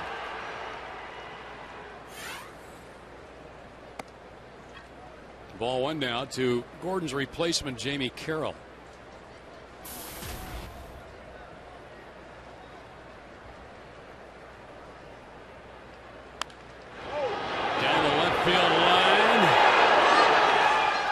Ball. Jamie Carroll just missed his first home run of the season. At home run distance, but it went foul. Yeah, you can see that ball's a good 10 feet foul or so, but as you said, a bullet dodge there by being just left of the pole. J.J. Putz got it. Yeah. Telling Gerardo Parra it was foul. He's a good, funny guy, isn't he? Yeah. J.J. Putz got that dry wit. Yeah, he keeps everything loose. Clubhouse, dugout, plane. Nice scoop over there again by Goldschmidt. Round number 2. Showing some pretty good savvy around the bag is Paul Goldschmidt, isn't he? Yes, he is. We've seen him make a few nice scoops over there. FoxSportsArizona.com is your exclusive home for Arizona sports with extensive D-backs coverage, plus getting you ready for football with Craig Morgan's Cardinals camp reports, ASU and U of A training camp coverage. Get all your local sports coverage only on FoxSportsArizona.com. Yeah, we've been impressed with the way Goldschmidt's handled himself over there at first. He made some diving plays. Strike one to Casey Blake.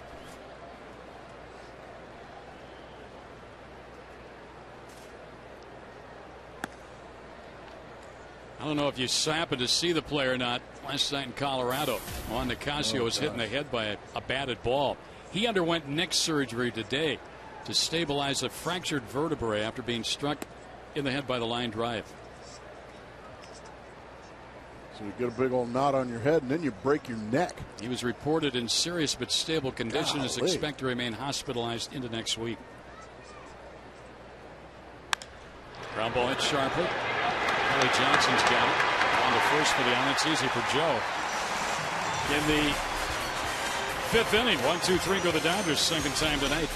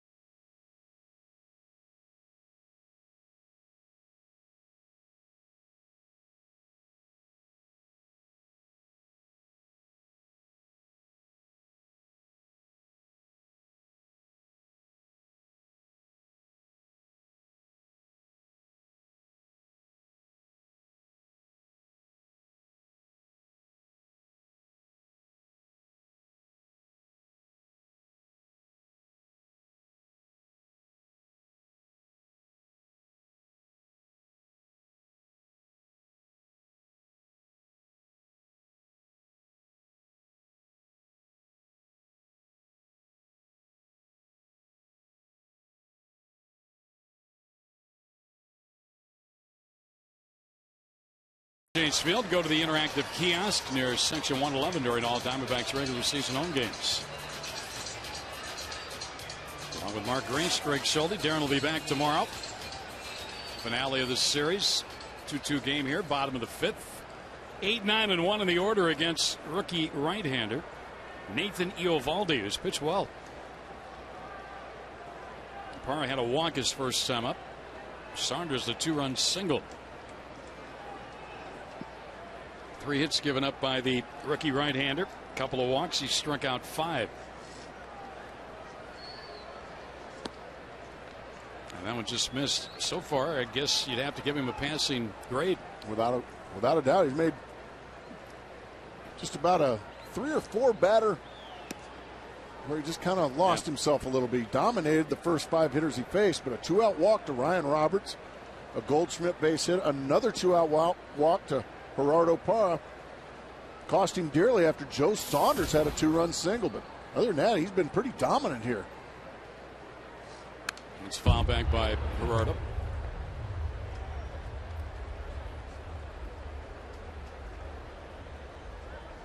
Big crowd has turned out here for this Saturday night game. We'll hope to see you out tomorrow for the day game. 2 of the best of the National League going at 13-game winners. Ian Kennedy, Clayton Kershaw. Just blew it by him. Well, he's done that a few times tonight, the Diamondback hitters. Just reared back. Let's just go bell tie down the middle. Counts even now.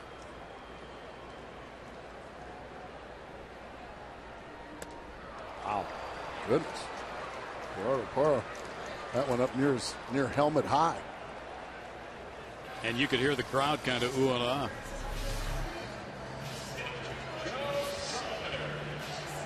Definitely not a strike, but he swung at it, so it became a strikeout. Some of the fans on hand here tonight. Saunders, a 2-run single, his 7th hit of the year. Takes strike 1.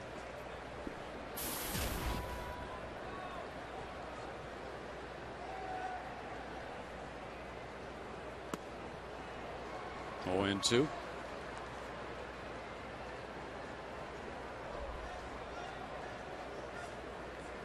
Kind of shaking the head.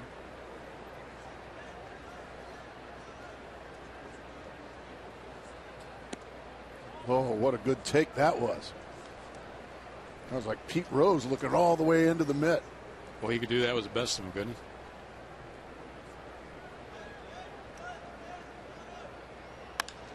he? Joe's got another hit, maybe. Yep.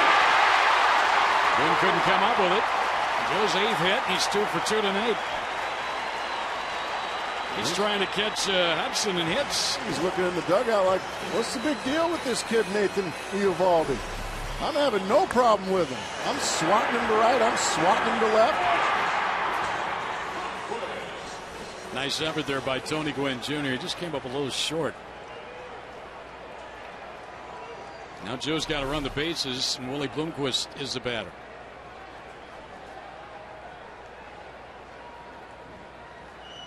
Former teammates there. The Angels. Rivera and Saunders. Probably was a conversation. You've been watching the Angels, what they're doing? Oh, yeah.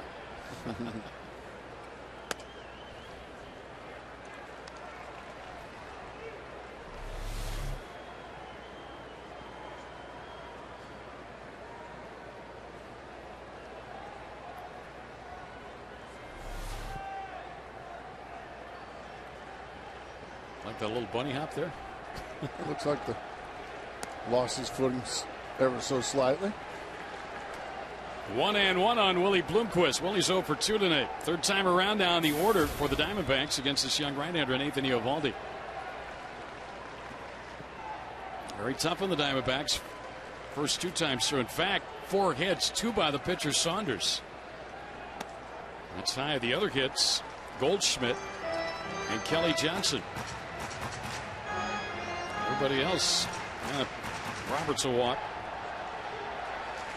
Everybody else is pretty much handled.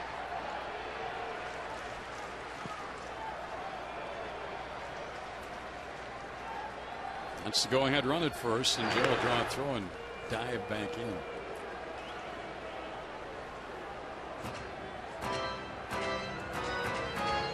$33,239 here tonight, Gracie. Nice crowd.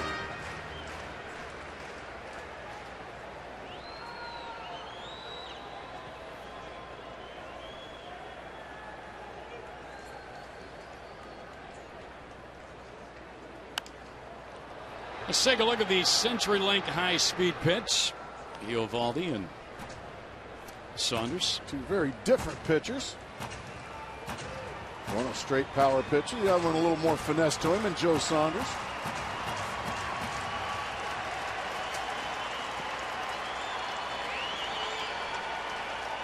Two and 2 on Willie.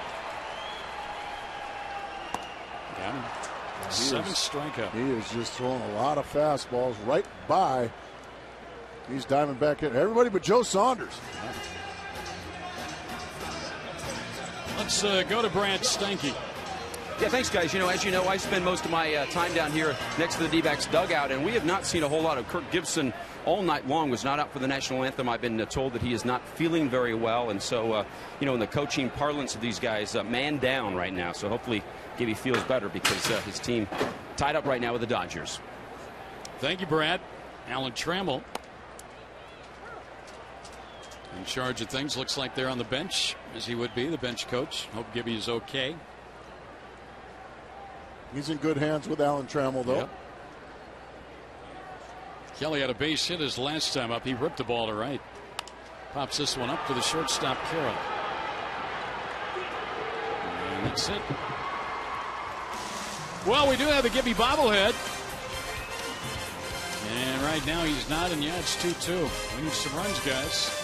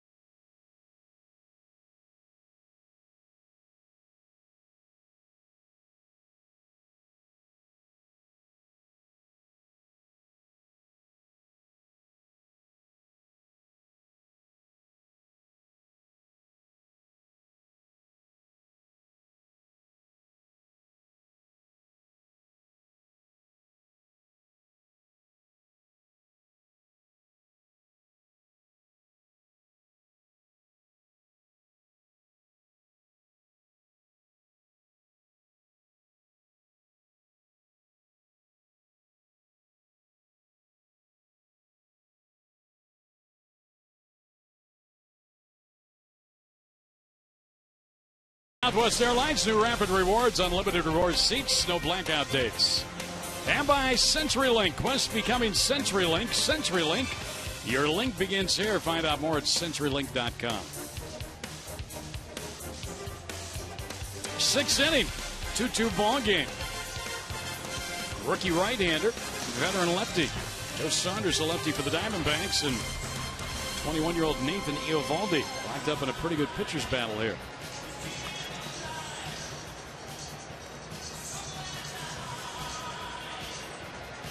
And it's going to be Ethier, Kemp, and Rivera, so this is a big inning for Saunders.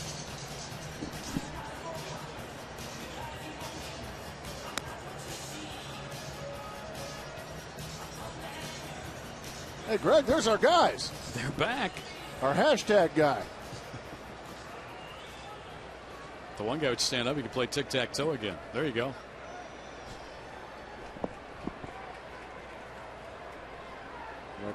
Behind Ethier there, he's going to lead off.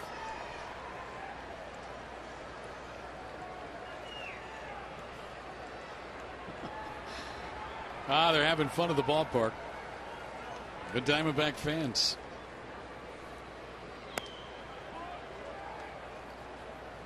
Ethier tonight is 0 for 2. He's tapped back to Saunders. He's grounded to second.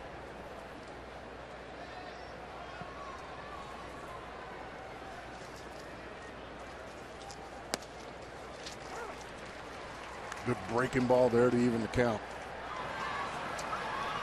Big inning for Joe Saunders and the Arizona Diamondbacks. Teeth of the order right now that Joe Saunders having to go through in the top of the sixth inning. That's a big inning for him and a tie game.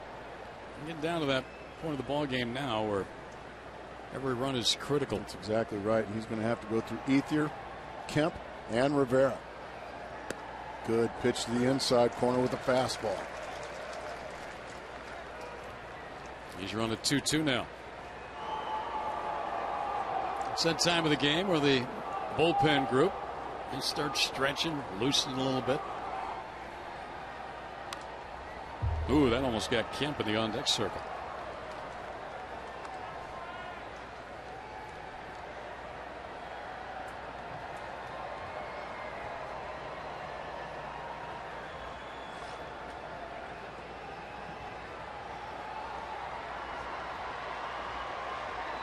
Ethier, a little floater, shallow left, and that's going to find the hole. Base hit to start the inning. Well, I'm sure those are frustrating. Oh, they got to be. He has really been bullying these left-handed hitters in with the fastball. The only problem is, yeah, he's breaking bats, but because those pitches are up, they're able to be lifted up in the air, and that way they're bloop singles. Now, if those pitches are down, they're going to be little ground balls. Then you get the outs, but because they're belly button high, yeah, you're getting broken bats, and they're not being hit hard at all, but they're able to be elevated out there for base hits. Does that make sense? Oh, absolutely. And you could see Joe's reaction. As soon as he didn't even look. He knew that ball was going to fall in. Now Kemp takes a big cut at it and fouls it back. Power on power there. Joe, I think, was a little bit upset. You saw his reaction as Ethier got that little floater out to left field, and that was, man, I'm going to get angry. I'm going to throw my fastball, and they got away with it. What a difference a year has made for Matt Kemp. Last year he had 249, 28 homers, 89 runs batted in. He's almost there right now. 26 homers, 84 RBIs. And he's hitting .319, 70 points higher than he hit last year. 1 on, nobody out here for the Dodgers in the 6th. Kemp, fly ball right field. Good pitch from Saunders. Kemp upset too as he throws the bat away. One big out right there. I think he got Matt Kemp's attention with that fastball to start the at-bat. Then he threw him a couple of breaking balls, and you can see Kemp just fooled and lunges at it. That's a big-time pitch there in that situation from Joe Saunders. And he's got to make another one now on Juan Rivera, who has doubled against him. Struck out looking last time up. And again, these two are former teammates with the Angels.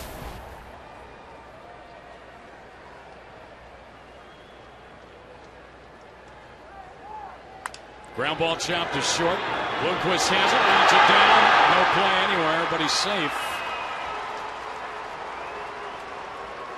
And the Dodgers going to have 2 on with 1 man out of the inning. In these situations, when you get late in the ball game, like you said, every out's big, every run's big. You hate to give 3 and 4 outs, but Willie just took his eye off of it, couldn't make the play. In easily as Ethier, and Joe Saunders going to have to work extra hard here to get through the 6th.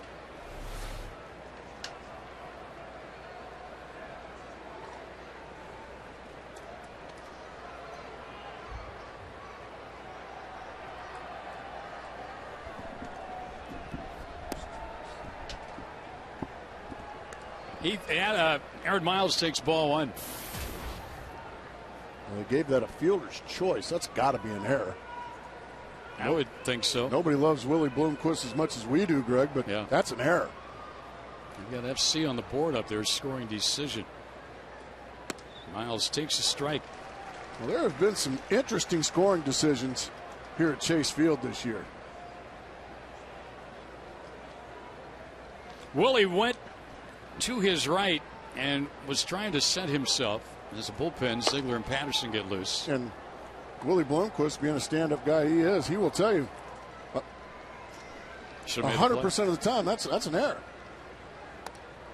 2-1 the count now on Aaron Miles with Barajas next. So 1st and 2nd with 1 out here on the Dodgers 6th inning. A bloop single to left. And a fielder's choice, allowing a runner to reach.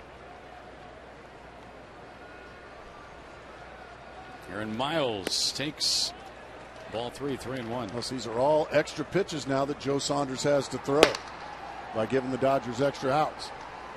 Is that Hawksworth loose then? Yep, Blake Hawksworth, the right-hander. Well, if you lose this guy, you're going to have him loaded for Barajas. That's exactly right. Who is 2 for 2 tonight? And had 3 RBIs last night. Exactly. Huge pitch in the game. Tapper foul. Full on Miles. Joe has dialed up 1 double play tonight. That was off the bat of Gwynn. 19 on the season. 2nd in the National League. Closing in on 100 pitches too is Saunders.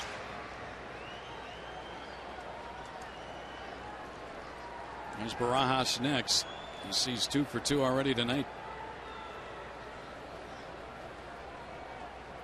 A big pitch coming up here on 3-2 to Aaron Miles.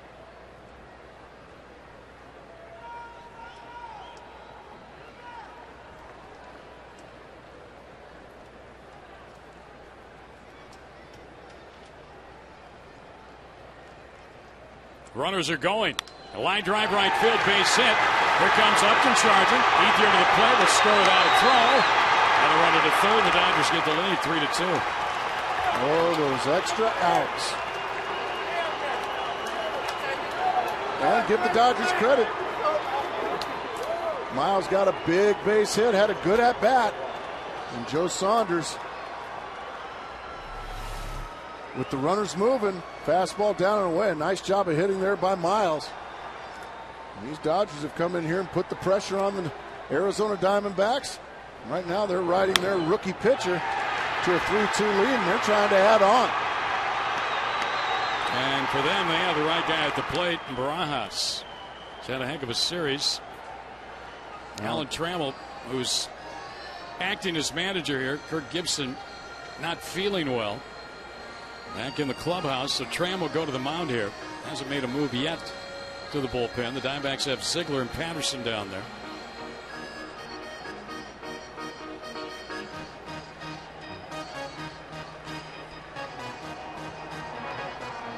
And now we see Alfonso Marquez moving toward the mound. And you want the right hand. Ziegler. So Saunders will leave here in the 6th. Down a run, responsible for runners at first and third with one man out. And one of the newest Diamondbacks, the sidearming Brad Ziegler, will come on. With the Dodgers leading 3-2 here at Chase.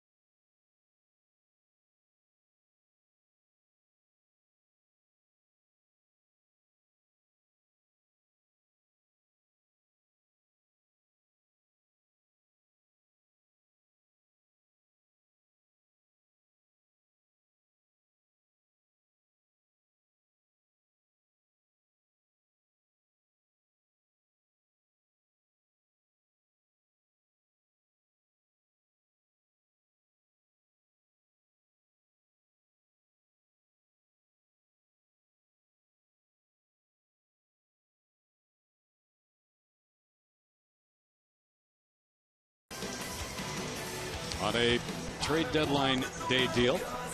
He comes on to pitch here for the third time for the Diamondbacks. He inherits first and third. With one man out and a run in. Somehow, some way. In desperate need of a ground ball. Exactly. Watch, he's a side armor, almost submariner. And when he comes into the game, he throws over the top to start.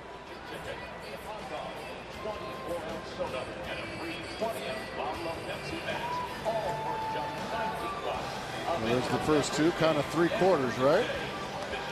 Now watch this arm angle, folks. That's a little bit different. Yep. And that's what Rob Barajas is going to see. That little bit different. Barajas, a hit, a run batted in the second inning, a hit in the fourth. And he takes a little low, ball one. Pretty good pitch. RBI single by Aaron Miles scored Andre Ethier. And sending Juan Rivera over to third. So the Dodgers have the lead back.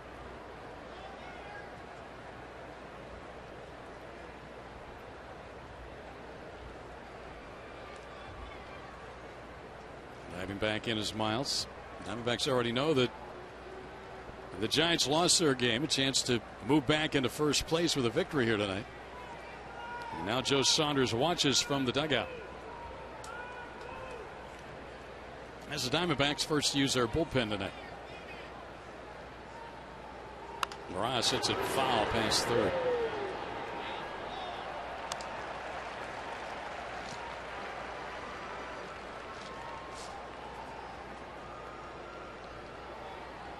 Again, the season series, the Dodgers have won the first game. The Diamondbacks in the other 3 previous series came back to win the series by winning the last 2 games. Trying to repeat that here in this series at Chase. Well, they're going to have to come from behind. Runner back in at first again. The Dodgers are 6 games below 500 on the road this year. 9 games over 500 overall.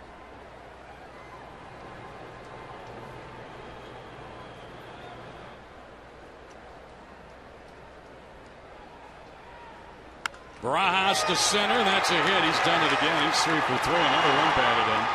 Boy, he's just been murder against the Diamondbacks here in this series.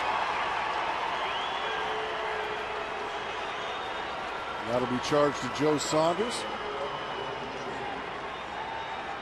That's a 2-run deficit for the D-backs.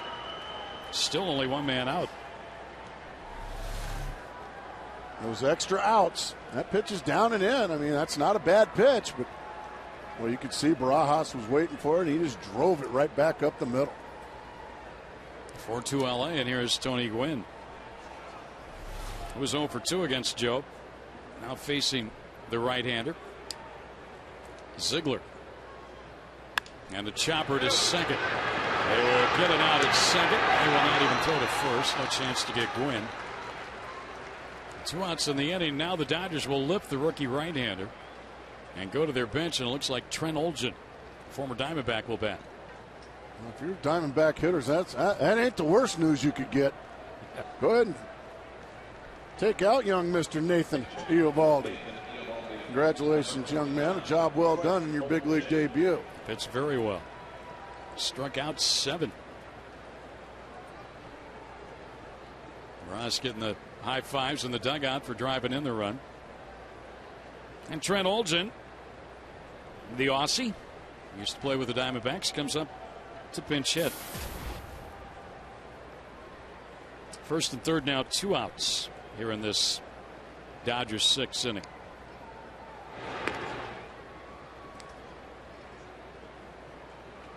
Olgen's hitting .231, a double, a triple, a homer, 4 runs batted in. He's got 9 hits and 39 at bats.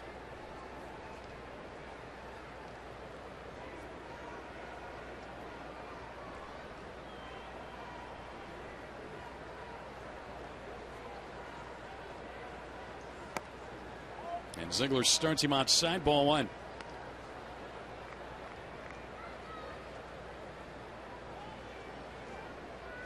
Dodgers have out hit the Diamondbacks tonight 9-4.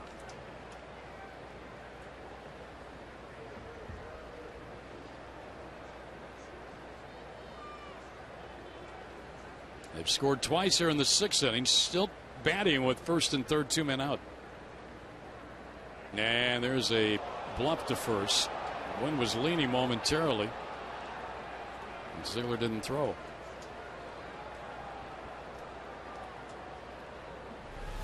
He'd have thrown over there. He might have had him. He just decided to hold on to it and see if he can get Trent Olgen. 2-0 the count. Jamie Carroll is on deck. 7th man to bat in the inning for Los Angeles.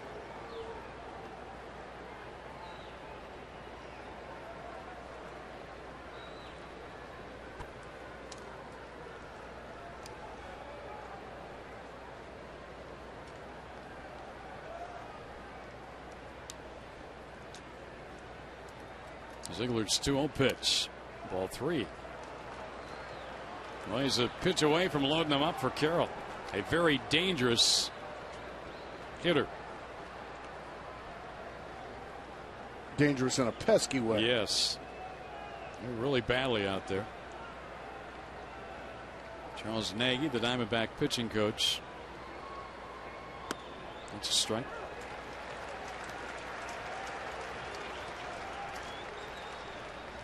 The Diamondbacks have not lost a series since they played at Oakland. That was back on July 1st, 2nd, and 3rd. Here we are now in August. Second series played in this month. That's ball 4, too far inside. Now they're loaded. Ziegler wanted it. Looked like a pretty good pitch. Alfonso Marquez not in the giving mood.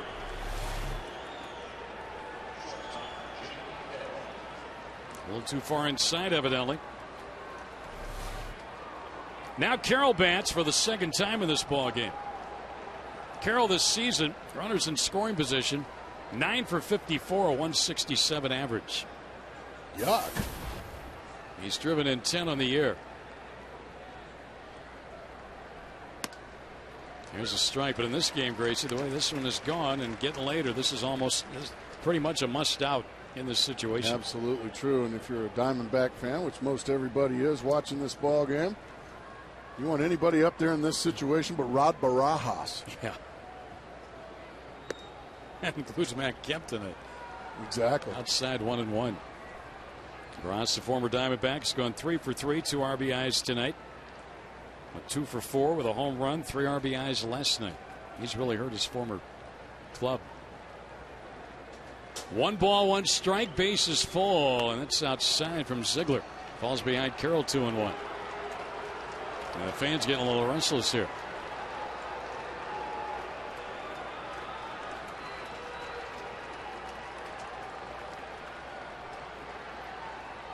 Ziegler's got to make a pitch here on 2-1.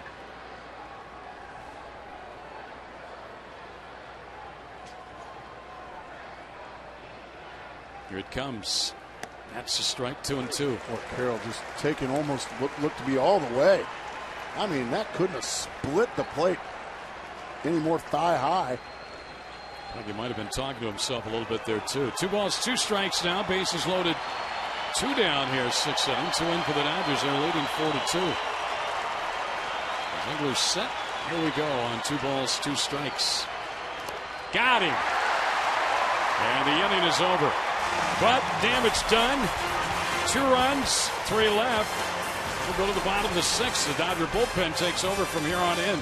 4-2 LA.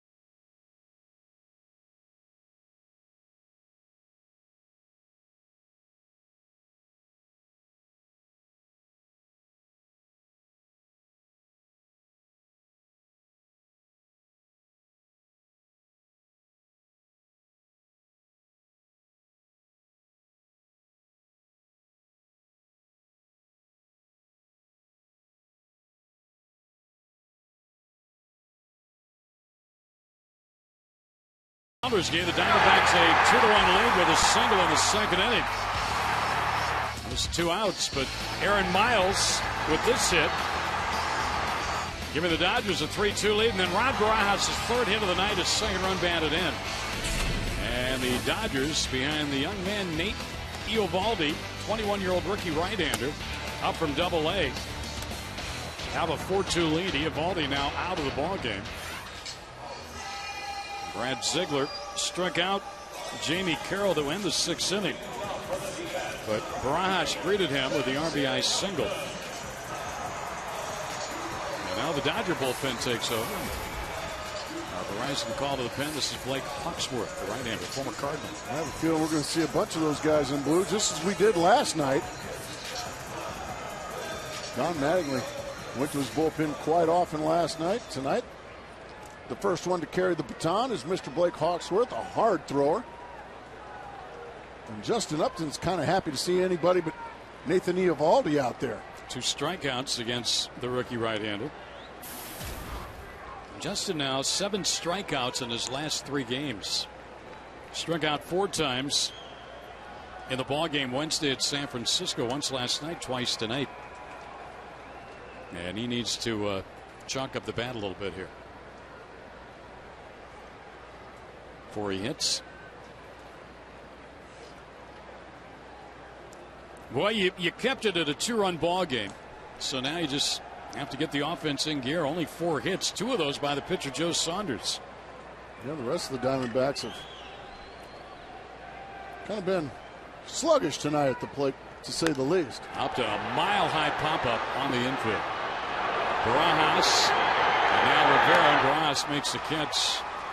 Out number 1. Join Fox Sports Arizona as we support Amen Zone Foundation and their fight of childhood obesity by inspiring and empowering youth to build self-esteem. To learn more, please visit foxsportsarizona.com and click on the Fox Support Arizona page. 1 pitch, 1 out for Hawksworth. Now Chris Young. It's a nice lid.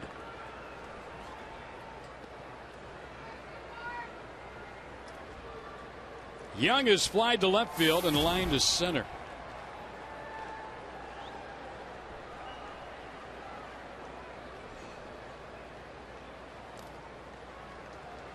A bit wild right there, ball 1.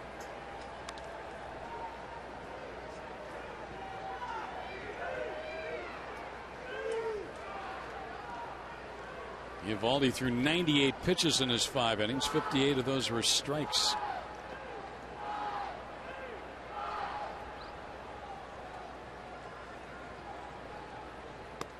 Swing and a miss. Check that, 77 pitches for Eovaldi. That ain't too bad through 5 innings. He was pretty impressive.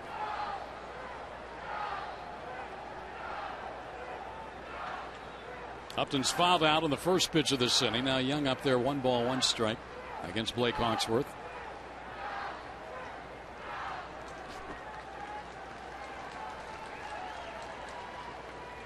Ground ball down to third. Backhanded by Blake. Throws across in time for out number 2.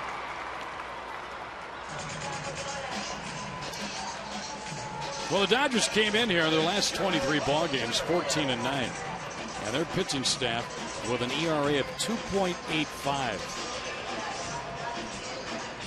It's getting it done.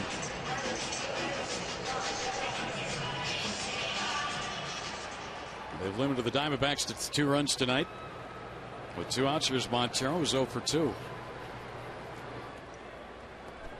And they'll have to face that guy tomorrow, Clayton Kershaw, 13-game winner. Diamondbacks counter with their 13-game winner, Ian Kennedy.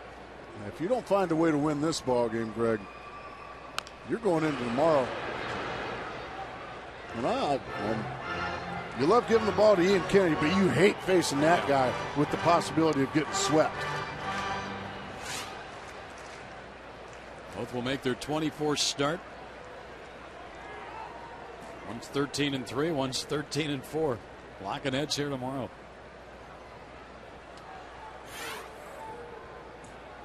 Dodgers with the upper hand on this one tonight, with 2 outs in the 6th inning and a 1-1 count on Montero. And Pittsburgh took it on the chin again tonight, 13-2, their 9th straight loss. San Diego, what, 15 last night for the Padres? 13-9. I mean, they are getting boat raced now over there in Pittsburgh.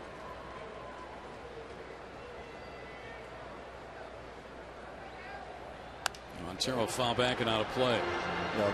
Montero right now, you can see he is really fighting himself. He's really getting angry with himself.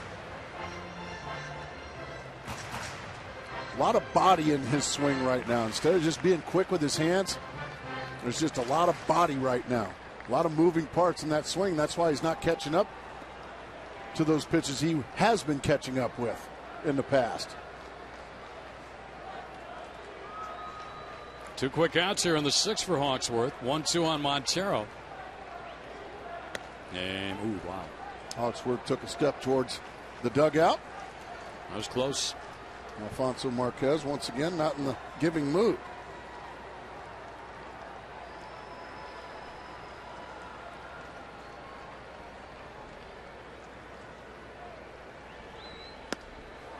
Very easy here for Hawksworth in the 6th inning. All 3 outs, with the 3rd being a strikeout. And we'll head to the 7th, 4-2 Los Angeles.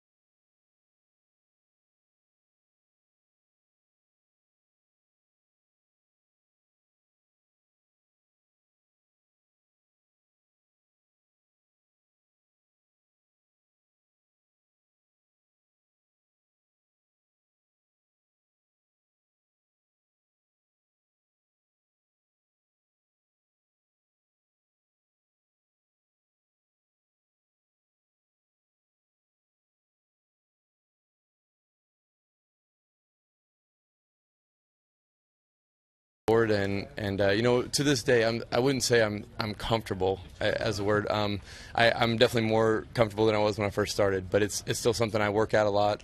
But you know, when you do the muscle memory of overhand throwing for 20 years, then you try to switch. It's difficult, and so you know, there's times where I will have mechanical issues, and the ball will be a little more flat than I want it to, and so but as I've progressed in my career, that's the number of times that's happened has gone down significantly, and hopefully it'll stay that way. Our Geico quote of the game from Brad Ziegler, talking about being over the top to start his professional career, and now you see he does not come over the top anymore. Not at all. His job right now is to keep it right where it is. That is, put a 0 on the board and hope that your Diamondback teammates can find their swings. Only 4 hits tonight against Dodger pitching through 6 innings. 2 of those by Joe Saunders. 1-1 on Casey Blake leading off here. Way outside, 2-1. Blake, Ethier, and Kemp. Top 3 to navigate through.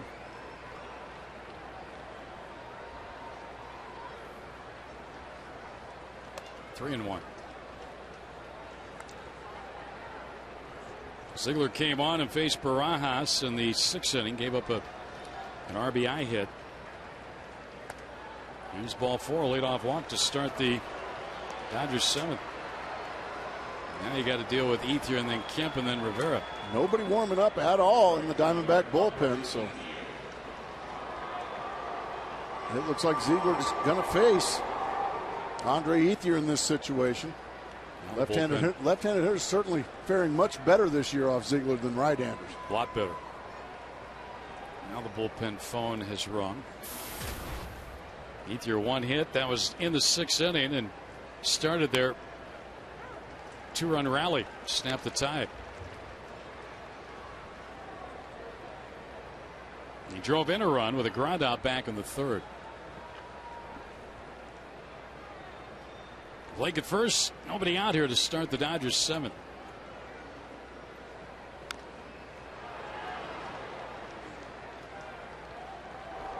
Brian Shaw is going to start loosening for the Diamondbacks in the bullpen. And Kirk Gibson not feeling well, so Alan Trammell running things from the dugout.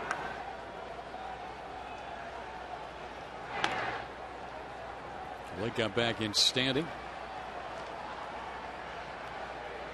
Those numbers are back up, Gracie. A 100-point differential. Right and left. And 6 home runs.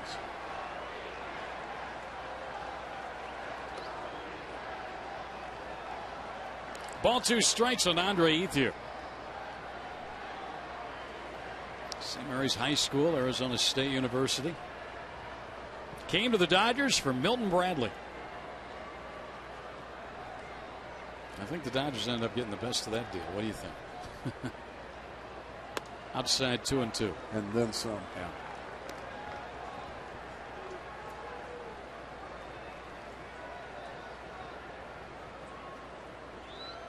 Nine Dodger hits in this game to only 4 for the Diamondbacks.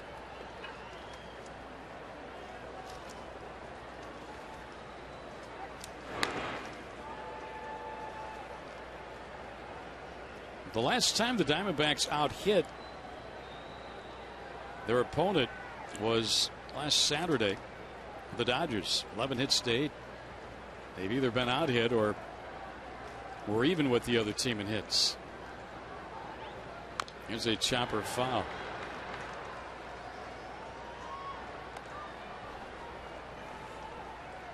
Two, it stays on Ethier.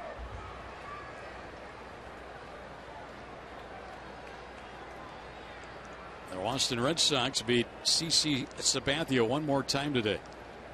What are they, 4-0? Sabathia has a tough time with the Boston Red Sox, doesn't he? 4-0. 0-4 he is against Boston. Red Sox 4-0 against him. Ground ball chopped into the hole, and then a get on through for a base hit by Ethier. And the Dodgers got something going here against Ziegler in the 7th. A walk and a single. C&I single. That's the danger of leaving Ziegler in to face left-handed hitters. They do tend to find ways to get on base, even though it's not hit hard. It's hit right in the right spot. And you can see Ziegler frustrated. Just like Joe Saunders was frustrated with some of those broken bat base hits. But when you've got your defense shaded for the left-handed hitter to pull the baseball, if you're throwing sinkers to the outside corner, a lot of times those balls are going to get hit the other way. Lundqvist went to his right but couldn't get it. Now they got to deal with Kemp. With nobody out, strike one. Kemp tonight has singled to left field, was caught stealing once he reached base, walked in the 3rd inning, and then Saunders got him in the 6th inning after a leadoff single by Ethier on a fly ball to right. He's got 2 runners on here, though, and nobody out to start the 7th. And a swing and a foul into the mid of Montero, strike 2. A frisbee breaking ball there from Ziegler.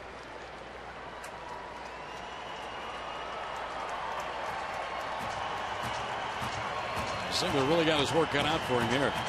Well, the crowd hasn't had much to cheer about tonight, but they're starting to make a little noise. They want and need Brad Ziegler to make a big-time pitch here to the MVP candidate, Matt Kemp. He just missed.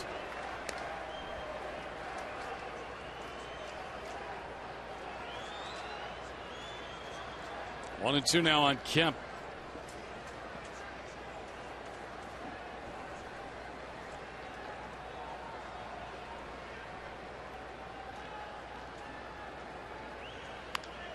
Hit foul to the Diamondback dugout.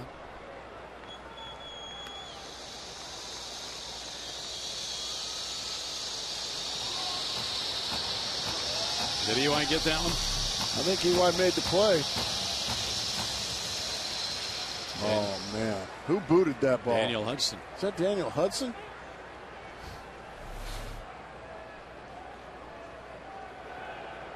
And at first, the biggest mistake EY is making is sitting with a bunch of pitchers.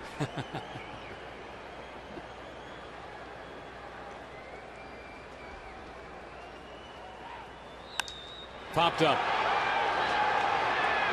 Young, Upton. Upton's going to take it. There's a catch. Here comes a runner to third. Cut off. And it'll be first and third for the Dodgers here. So Kemp advances a runner.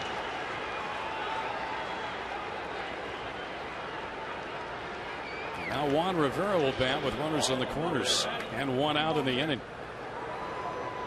Well, Upton Young made the smart play there. Upton with a much better arm than Chris Young. And maybe, just maybe, hoping that would talk Casey Blake into staying at second base. But Blake challenged the arm of Upton anyway and got to third base.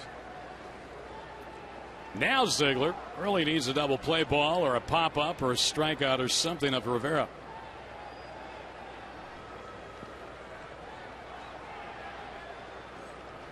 A double for Rivera in the second inning. Struck out looking in the third. Fielder's choice in the sixth. And ball one low and in. Right now the action has ceased in the Diamondback bullpen.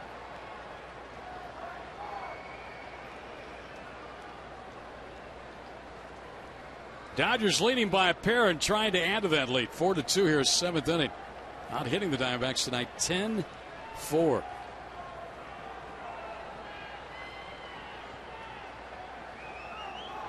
Ground ball chopped to short. I don't think they're going to have time to get two, and they barely got the out at second. As Ethier went in hard, Blake will score from third. The Dodgers add to their lead. It goes to 5-2 as Rivera gets a run batted in on the fielder's choice. The Dodgers just edging their way away from the Diamondbacks. Now a 3-run lead.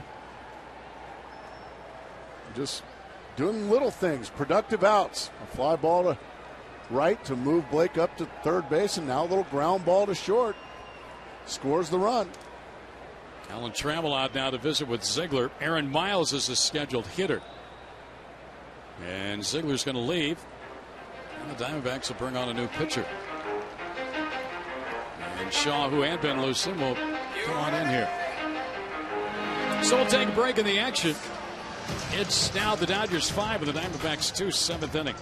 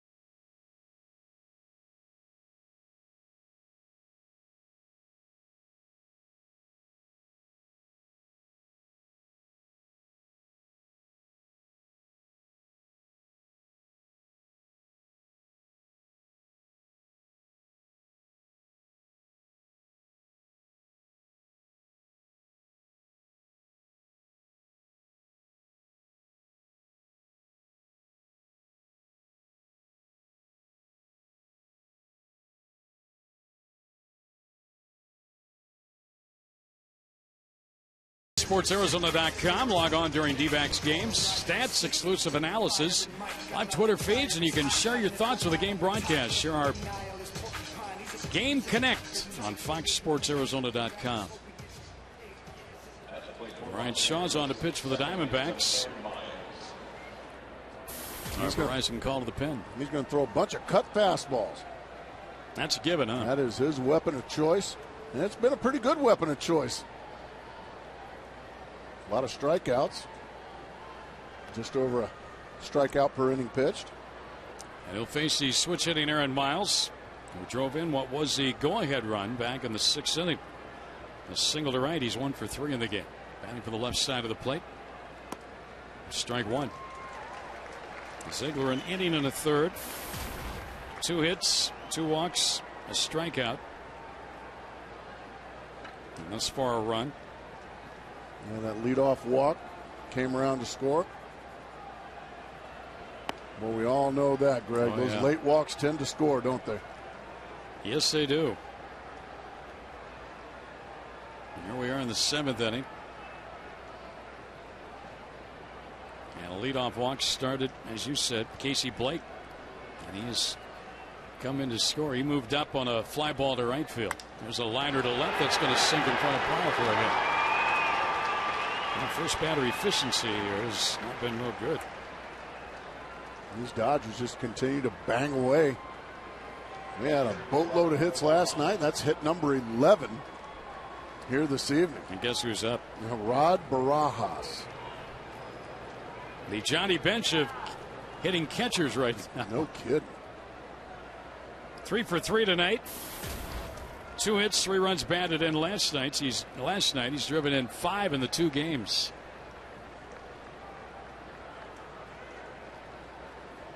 Against Brian Shaw with 2 out. Outside ball 1.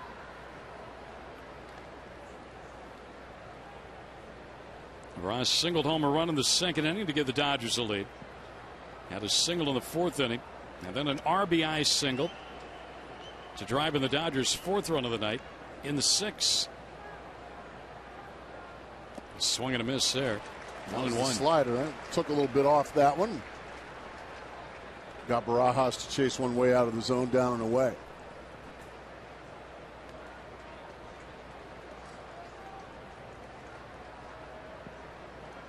These two met last night. Barajas won that battle.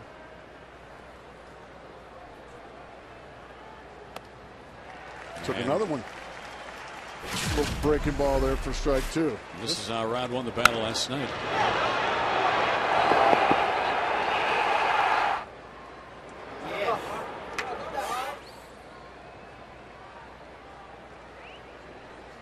Shaw trying to win this battle. 2 on 2 out. And a liner foul.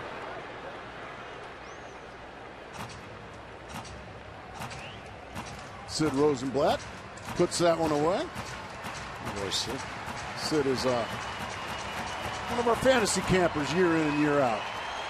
We call him Doc.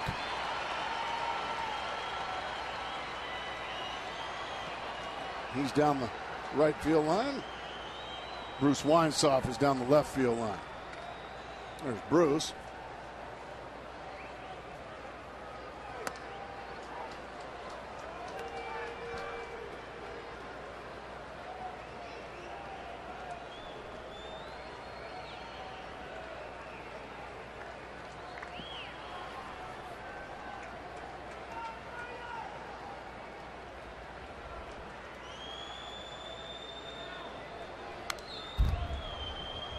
Ross battling Shaw here.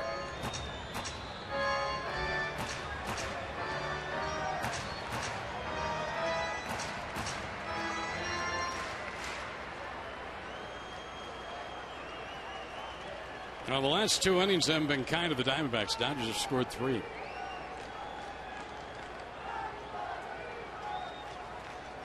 Shaw trying to end the inning. Barajas broken bat, and this should end it. Kelly Johnson has it.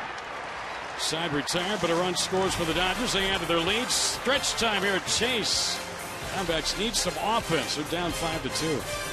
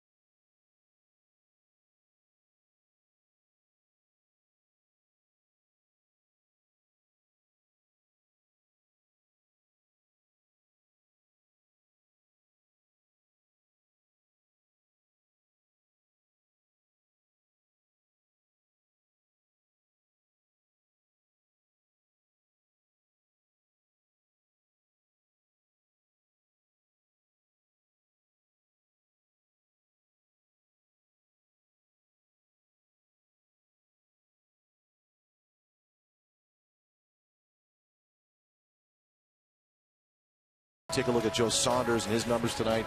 5 1/3, 8 hits, 4 runs. Not like what we have seen over the last few starts, but for you, there's more to the story, isn't there? Todd, if you simply looked at the box score, you would simply assume he didn't have a very good start. Well, I'm going to break down his start and show you why the numbers don't always tell the whole story. Sort of nickel and dime. Exactly. All right, we'll see you guys after the game, but plenty of game left. Right now, we'll send it back to you. All right, thanks, Todd Borowski, as we go to the bottom of the 7th here with the Dodgers on top 5-2. Now the D-backs will send up Roberts, Goldschmidt, and Parra. And Blake Hawksworth trying to go a second inning. Had a perfect 1, 2, 3, 6 inning. Runs, Gracie, hits, base runners, something. This game's just kind of from almost the beginning, just had a crummy feel to it. Just hasn't had. Diamondbacks just have been a step slower than the Dodgers all night long, and really, it was that way last night too. Until the 7th, when they started to get something going. Nice pitch from Hawksworth to start Roberts out with strike 1.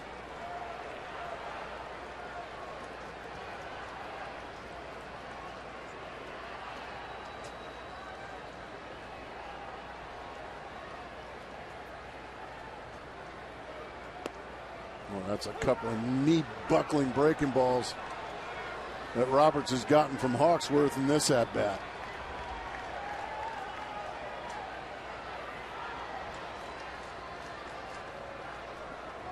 So Roberts immediately in the hole, no balls, 2 strikes.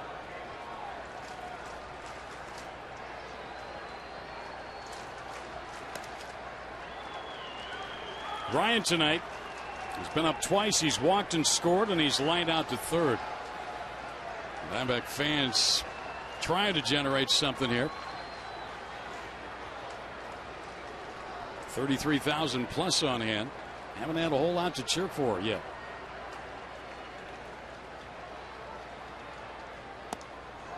One out.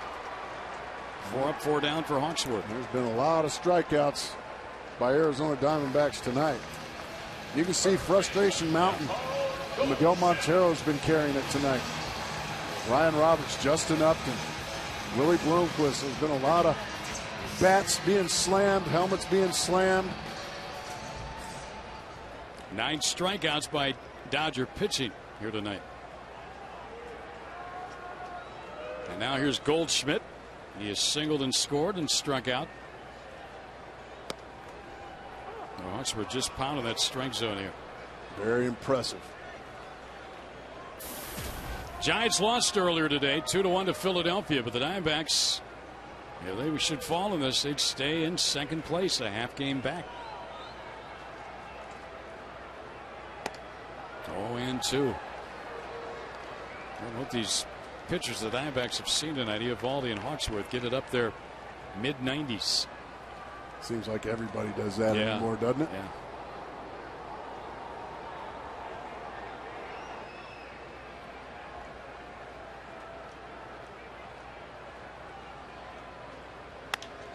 Big foul past third.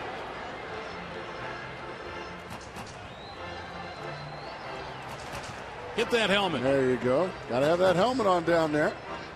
Bruce Weinzhoff.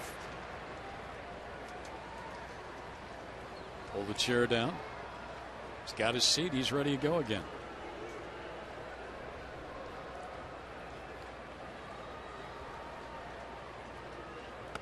Wow. Hawksworth now struck out the last 3 he's faced. He's retired all 5 he's faced. And with 2 outs in this inning, here's Parra.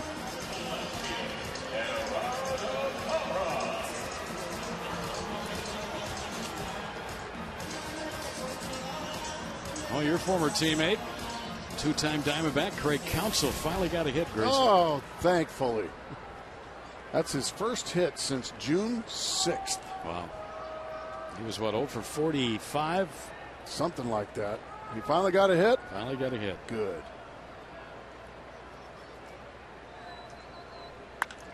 Bar in the air. This is going to be easy. Should be. And there. Diamondbacks down in order. 1, 2, 3 in the 7th against Hawksworth. And we'll head to the 8th. It's the Dodgers. 5-2.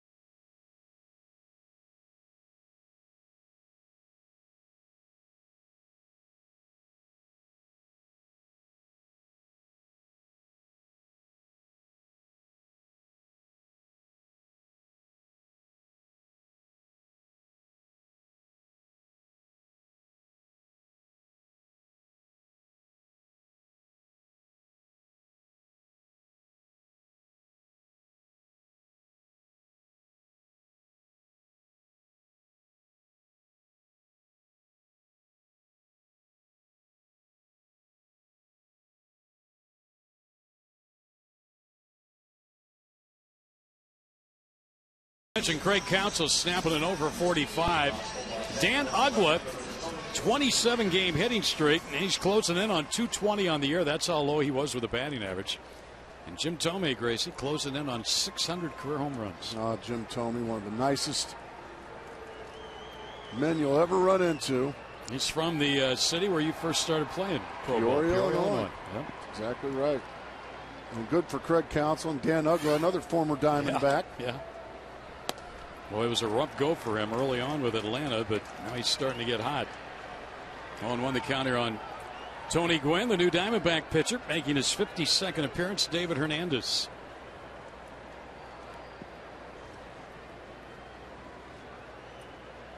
Gwynn is 0 for 3 tonight. And our Verizon call to the pen on Hernandez.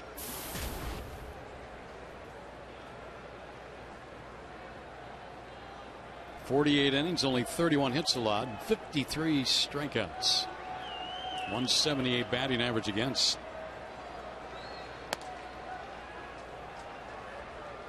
James Loney has moved out on deck. Looks like he's going to bat for Hawksworth. MX down 3 here. They can really ill afford to allow any more Dodgers to cross home plate in this game.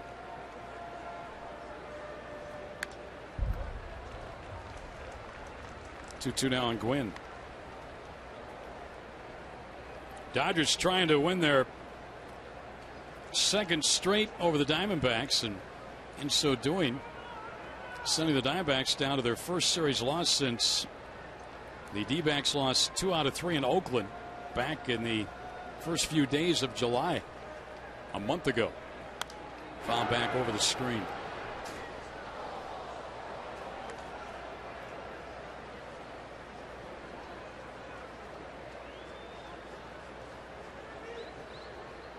They've gone 8 series without losing a series, either winning or splitting. They're going to have to play comeback here tonight over the last 2. 2-2 pitch. Out of play.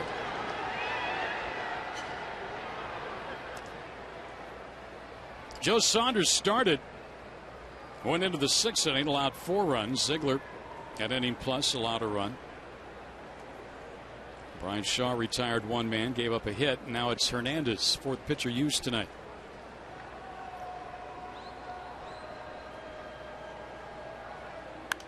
Fouled again. See Tony Gwynn do this a lot. He'll just get up there and just foul balls off, foul balls off.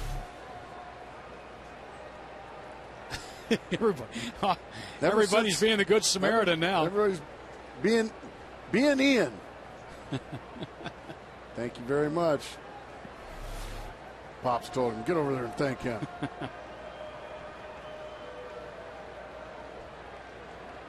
Into the dirt, 3-2 now on Tony Gwynn. That's kind of what he'll try to do sometimes. Just foul balls off, and eventually try and draw a walk. Or it just drives pitchers nuts. Yep.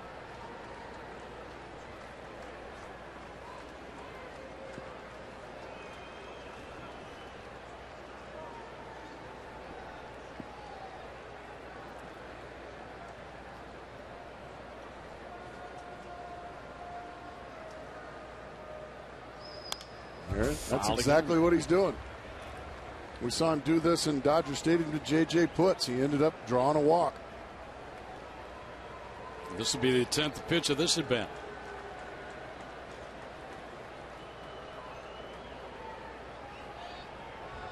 Well, when your offense is struggling like it is right now for the Diamondbacks, it's so important to retire that first guy. It looks like they're going to get it. He's got it. Our Chaz Roberts, cool play of the game. Wednesday, there's Ian on the Jimmy Kimmel Show. Season tickets to the rest of the Diamondbacks home season as presented by Derek Hall. Wait a minute. Oh, they labeled them wrong. Okay, but very cool. That's our cool play. Those kids got some good run, didn't they? Yeah, they sure did. They're still getting good run. Yeah. They sure are. Jimmy Kimmel's last thing he said to him before he moved on was, it's just a lesson learned there. If you're going to do something nice, Do it on TV. Yeah. Outside here to Loney. Loney hitting only .251 this year and losing a lot of playing time these days to Juan Rivera over at first base.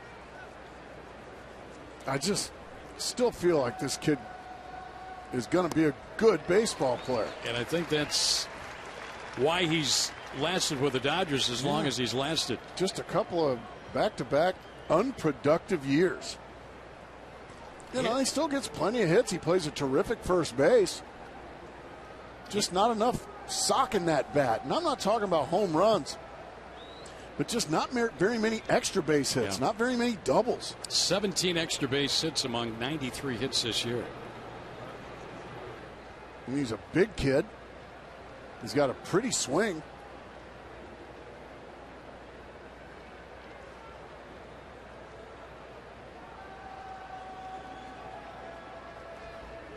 And he's swinging a miss. Took a hard swing there. He set a National League rookie record, tied the Dodger franchise record with a career high 9 RBIs in a game in Colorado back in September of '06. Hit his first career grand slam off Rockies reliever, Byung-Hyun Kim.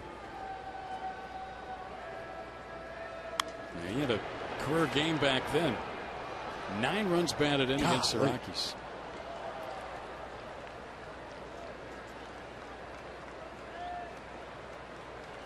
I mean, you go back his last 3 years offensively.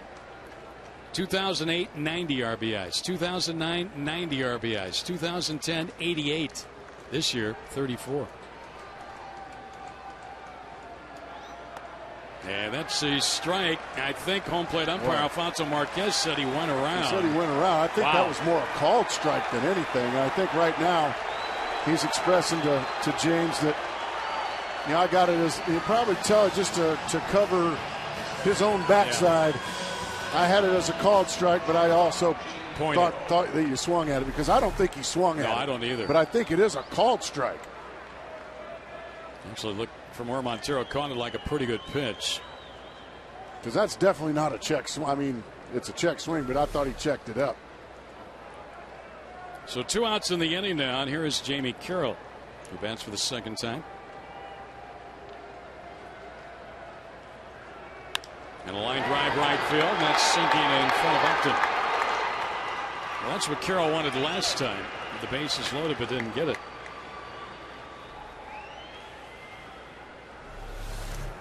First pitch he sees, he just swats it over the other way in front of Justin Upton. Casey Blake going to get an opportunity here with 2 outs. Carroll in the ball game due to an injury to Deke Gordon, who injured his shoulder in a rundown play a little earlier in the ball game. Blake tonight has struck out, sacrificed, grounded to second, walked and scored. For the Dodgers, that was their 12th hit of the ball game, 8 more than what the Diamondbacks had. 12 hits to 4. Blake takes a strike call. Pretty breaking ball there from Hernandez.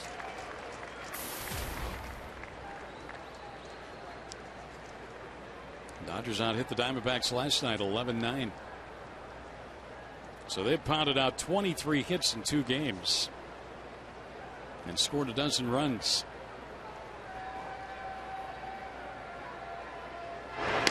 Ooh, close at first, and Carroll just got back. Good move there by Hernandez.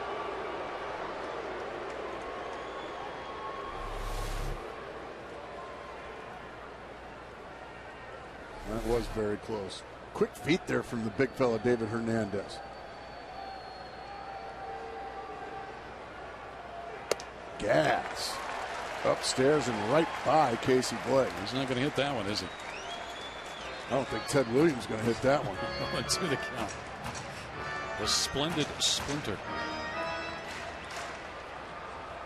But the difference is, I think Ted Williams would have probably took it. Yeah, exactly.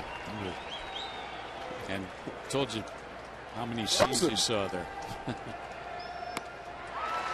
That's it. Blake down. 2 strikeouts in the inning for Hernandez. Diamondbacks trying to rally in the 8th. They're still within shouting distance here. It's only a 3-run game, but it's 5-2 LA.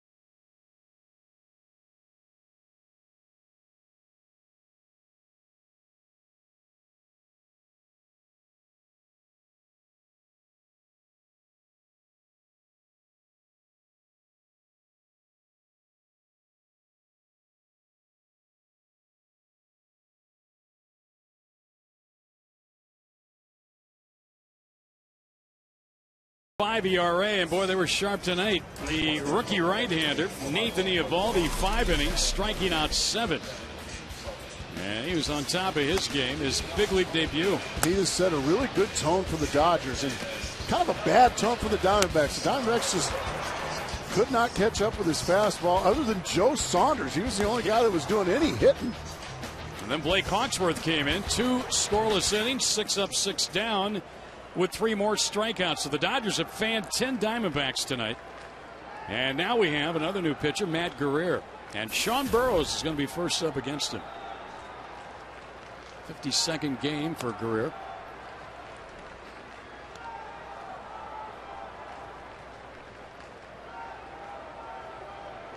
Burroughs batting here for David Hernandez. All right, Greg. You've got your rally cap on. I'm going to put mine on, too. And the Diamondbacks need something. Only 4 hits. They've not had a hit since the 5th inning. Need some base runners by hook or by crook. Need some base runners.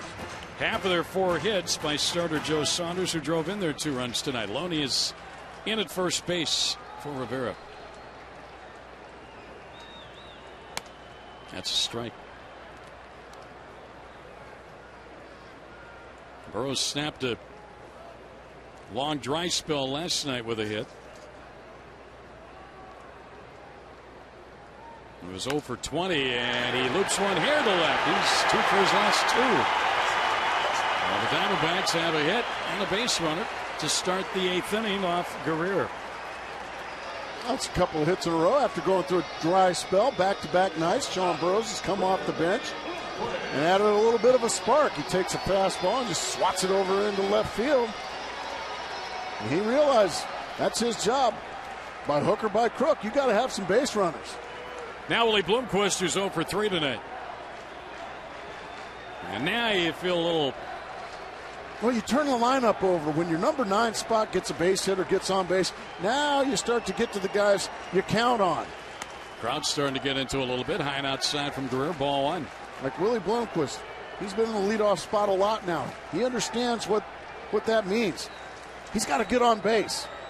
For the home run hitters like Kelly Johnson, Justin Upton, Chris Young. And no left-hander in the bullpen for the Dodgers loosening. That's a strike call, 1-1. Phillies beat the Giants. Diamondbacks, if they can rally and win this one, would leap into first place of the NL West by half a game. So that's what it's stake here tonight against their NL West rival Los Angeles Dodgers. Burroughs at first, nobody out. Bloomquist swings and fouls it into the mid of Barajas, 1-2. We see the up-to-minute standings, pending the outcome of this one. And the crowd, for the first time tonight, really kind of feeling a little energy here. And the Diamondbacks feel their energy. And a chopper toward third. Blake has it. He'll go to second and safe at first. Maybe a fielder's choice. 5-4. Wasn't hit real hard. Would have been tough to turn to there.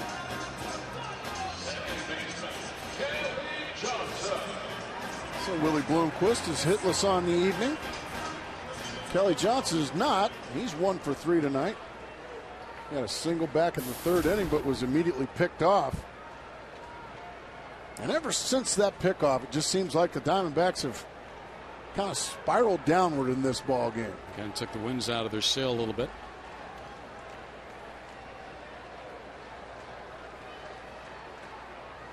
Kelly, a high towering fly ball to center. That'll be easy for Kemp. 2 down in the 8th.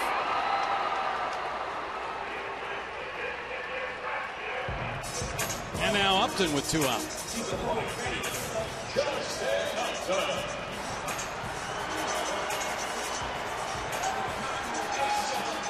Justin hitless tonight, 0 for 3. 1 for 5 last night. He'll try hard here to get on for Young, who's next. Diamondbacks need another base runner to get the tying run up here in the 8th.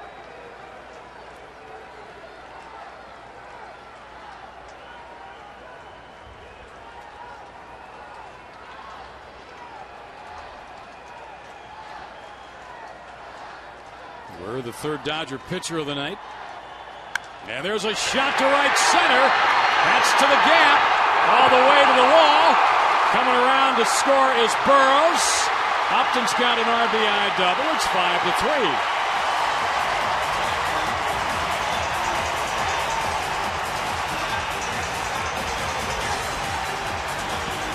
I said Burrows, I meant Bloomquist.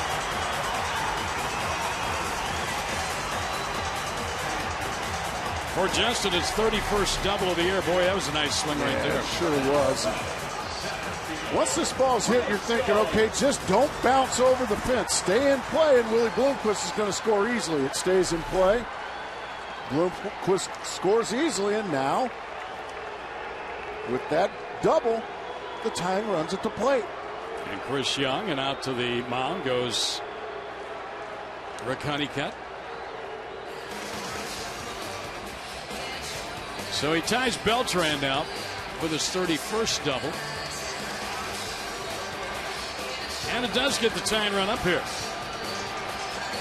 And for a guy who's due, in Chris Young. Chris, throughout his Diamondback career, has kind of had a flair for the dramatic in these type situations. Can he do it again?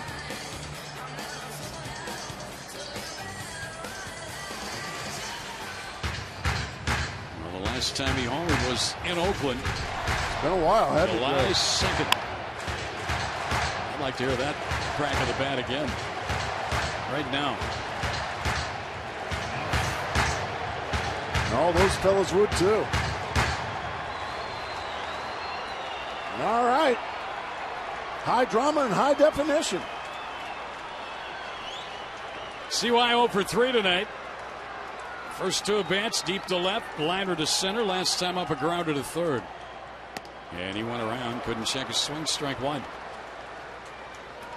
Just got a little bit of the little case of the eagers there.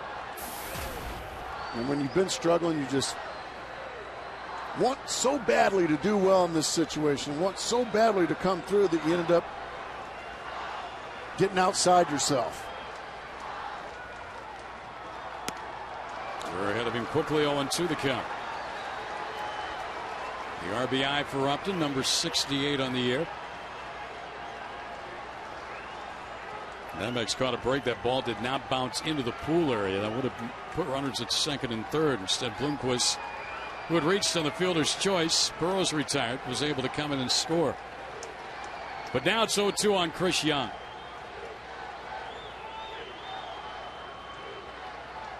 Way outside.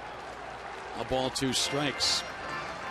If Young can get on, you got Montero next, and the Dodgers do have a left-hander up in their pen loosening. And we talk about it's been a while since Chris Young's hit a home run.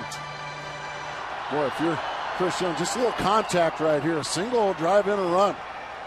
Single making a 1-run game. Had an RBI last night with a sacrifice fly. And a huge hole up the middle to hit the ball through. Laid off, 2-2. Nice job of being patient there. That was the pitch he had chased the first 2 strikes. Look at the size of that hole right up the middle. Man, you don't even have to hit one hard to get it through there. Blake, the third baseman, toward the line.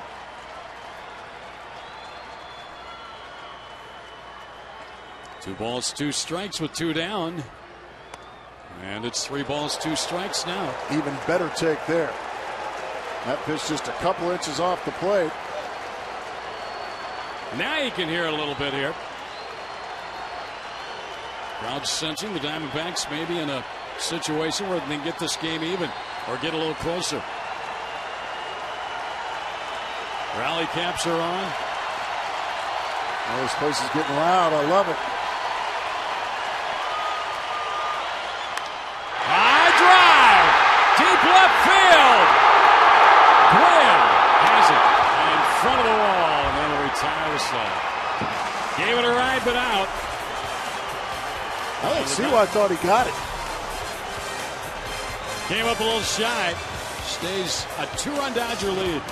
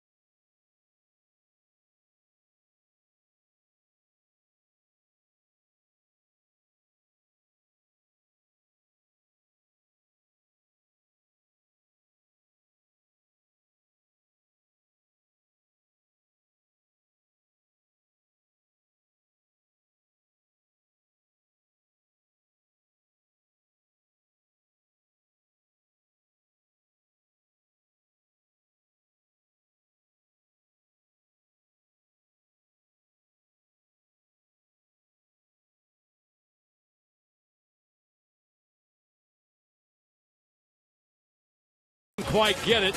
When he hit it, he knew he didn't quite get all of it. Exactly. I thought it might have been a bat flip out of elation, but it's a bat flip out of frustration. You can see, golly, I just missed it. And he did just miss it. Right to the front of the track it goes. It was a lot of fun for a while. Those fans in the first, second row of the bleachers are trying to bring that ball to him. And would have tied it. But it stays 5-3 LA. Diamondbacks get a run a little closer. And for the Dodgers are Andre Ethier to lead it off. All right, Joe Pa, your turn to put a goose egg on the board. He's going to face Andre Ethier. And nobody else warming up in the bullpen, Greg.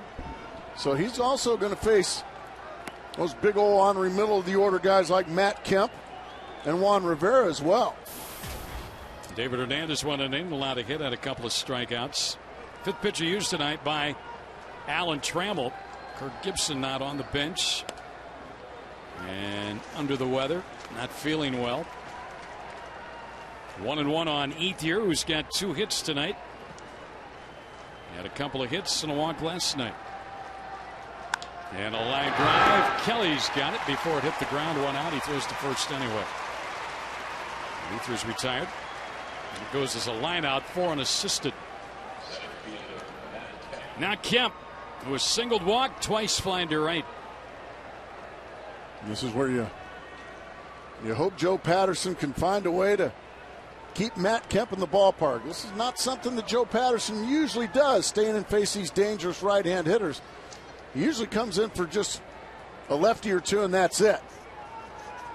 But if you want to keep your chance of winning this baseball game, even at slim, you got to find a way. And he quick pitched him right there and got away with it, and Kemp's upset. Yeah, we've seen quite a bit of that in games recently against the Diamondbacks. And Justin Upton's been getting quick pitched a lot, and he's been getting upset. Yeah. Now you see he's holding his hand back to the home plate umpire. Now he's ready. Outside. A ball and a strike. Now those pitchers. They're always trying. Of course, I work on the radio side, and of course, Candy thinks everything's for the hitters. So. Please. Yeah. Ground ball back up the middle, backhanded by Johnson. And he throws Kemp out for out number 2. Boy, that ball was scalded. Nice play there by Kelly Johnson. You can see he's like, whoop, that ball was smoked. That's just a little trick Joe Pa's learning at his young age. Maybe do some quick pitching.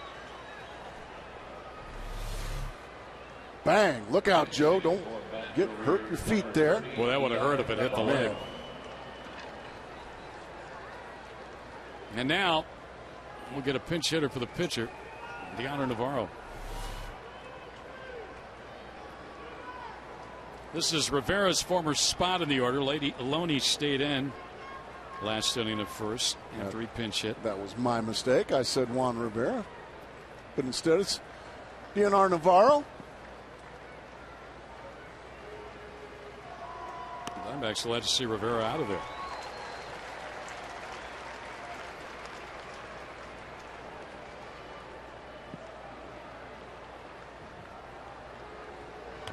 Here's a dribbler foul. Let's go to the results of our text poll tonight. The worst thing you can step in. My favorite text poll ever. I wonder what other. Well, it got 28% of the vote, but Dropping's got the best, 31-39. Bazooka Joe got 32. The ball is pulled foul past third. Like I wouldn't want to step on a snake. No, I wouldn't either. Hopefully you see the snake before you step on it. Yeah, I was going to say that. So that would be an other. Intake. Wouldn't want to step into the Grand Canyon. That first step would be a little rough. Is that the one Gonzo got on eBay? Yeah. I remember that. Fly ball to center. Nice job by Joe Patterson. Wouldn't you say, Greg Schultz? Yeah, going through Ethier, Kemp, and Navarro, absolutely. Dodgers turned away in the ninth. We'll see what the Diamondbacks got them in the bottom of the ninth. They're down a couple, 5-3 LA.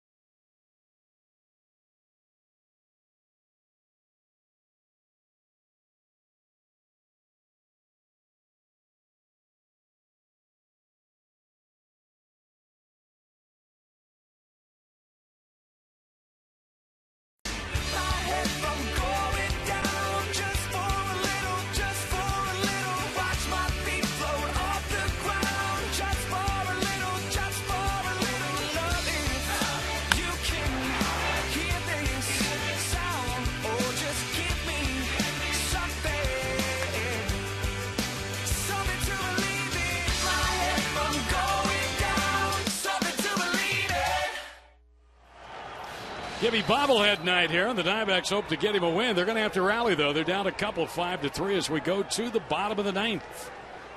And the new Dodger pitcher is none other than Scott Elbert. And Javi Guerra, the closer for the Los Angeles Dodgers, he threw 31 pitches here last night, so I would imagine they're saving him for tomorrow, and they'll hand it to Scott Elbert here and try to get the best out of him. Lefty first against him. Montero, who's 0 for 3 tonight. He's reached base safely in 15 straight games. That's on the line. Trying to get on ahead of Roberts, who's next. And he's swinging a foul. That would have hit Montero in the chest, I think, if that didn't hit his bat. But it got a nice piece of Alfonso Marquez. That ball was way up and in. And look how far inside this pitch is. Well, that'll wake you up in a hurry, won't it?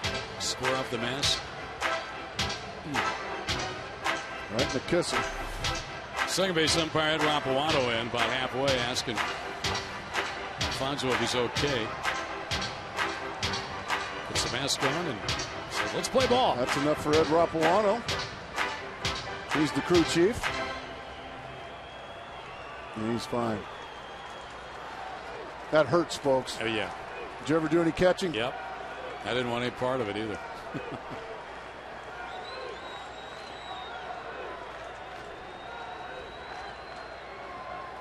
There's a little for a short run out. For Montero 0 for 4 tonight. And now Roberts. How about Ryan get on and then Goldschmidt at his first Chase Field home run? That'd be kind of groovy. Groovy. I went Scooby-Doo on you there, didn't I? Yeah. Roberts tonight, a walk and a run scored. Line to third, struck out.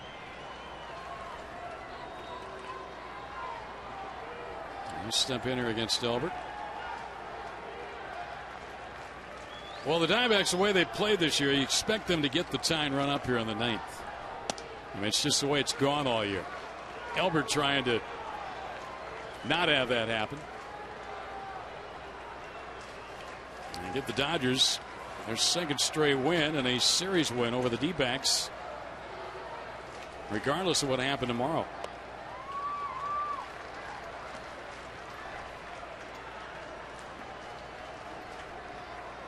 Elbert is 0-1 with a save this season.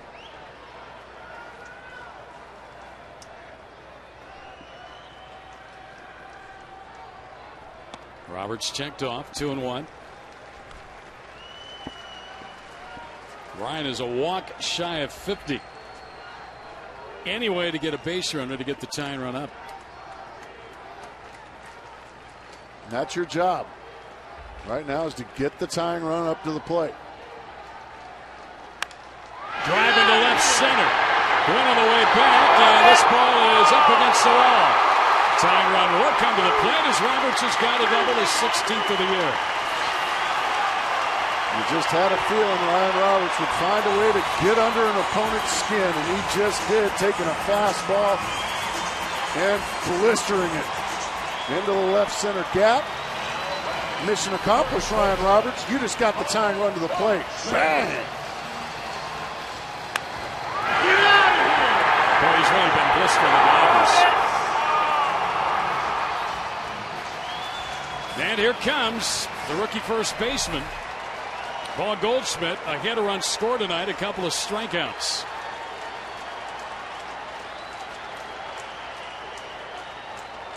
Inside ball one. That was Roberts' 11th hit of the year against Los Angeles.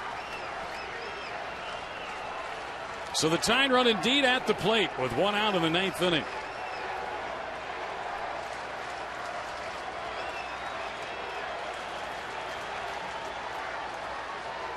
Into the dirt.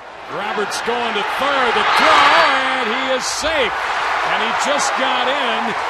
Casey Blake going to argue things with Brian O'Nora. Don Mattingly will sprint out of the dugout. Well, what a big chance that was to take by Ryan Roberts. Casey Blake rarely says anything to umpires. Brian O'Nora now going to get double teamed by Blake and Don Mattingly. Well, Barajas sprung on that ball quick. Here's the play. Now it looks like the hand got in and he tagged him. got the hand in there before the glove actually made contact. He slides to the far outside of the bag. Tough to tell there.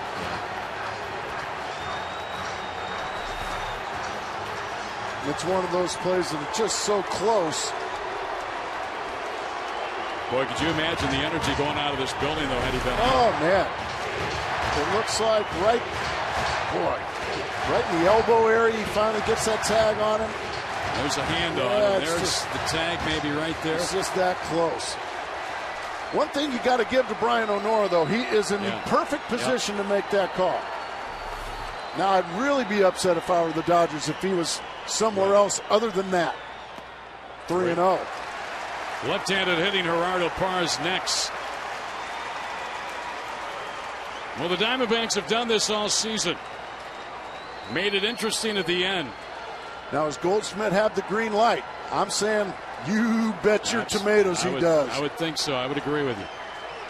Looking for one pitch to drive. And if he does, drive it out of here. Ground ball down to third. 2 outs. No, didn't get the swing he wanted.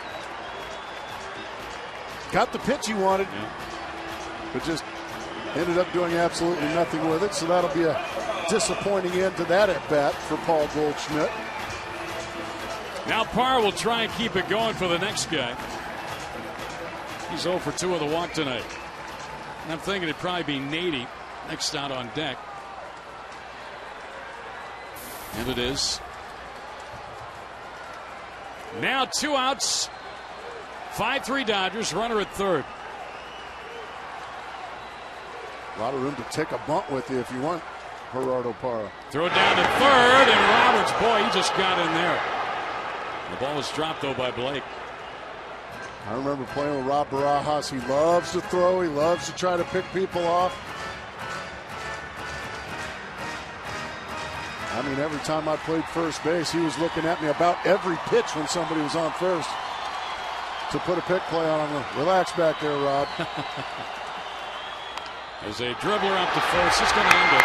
And the Dodgers have won the series regardless of what happens tomorrow. The rookie Nathan Eovaldi gets his first major league win in his first big league game. And the Dodgers have beaten the Diamondbacks here tonight 5-3. Our APS Energy All-Star, Rod Barajas. Didn't he win it last night? He won it last night, too. That's enough, Rod. Yep. So the Dodgers win it by a score of 5-3. And the Diamondbacks still in second place despite another giant loss today. So a disappointing night here at Chase Field. Diamondbacks had a chance to move back into the top spot in the division, but they failed to do so as they come up empty in the 9th inning. As they fall to the Dodgers 5-3, that's our final. Well, it's been a pleasure working with you, Greg Schulte. I wish we'd have had better results together, but go ahead and start bugging Candyman again starting tomorrow. Well, it's always a pleasure working with you, Gracie. And, yeah, with Diamondbacks need a win. It should be a pretty good pitching matchup. I enjoyed it so much. I'm going to invite you back over here next weekend as well. We're back next Saturday and Sunday. I'm glad you're back with me, though. Or I'm back with you. We're back together. For more information, highlights, and breaking news on the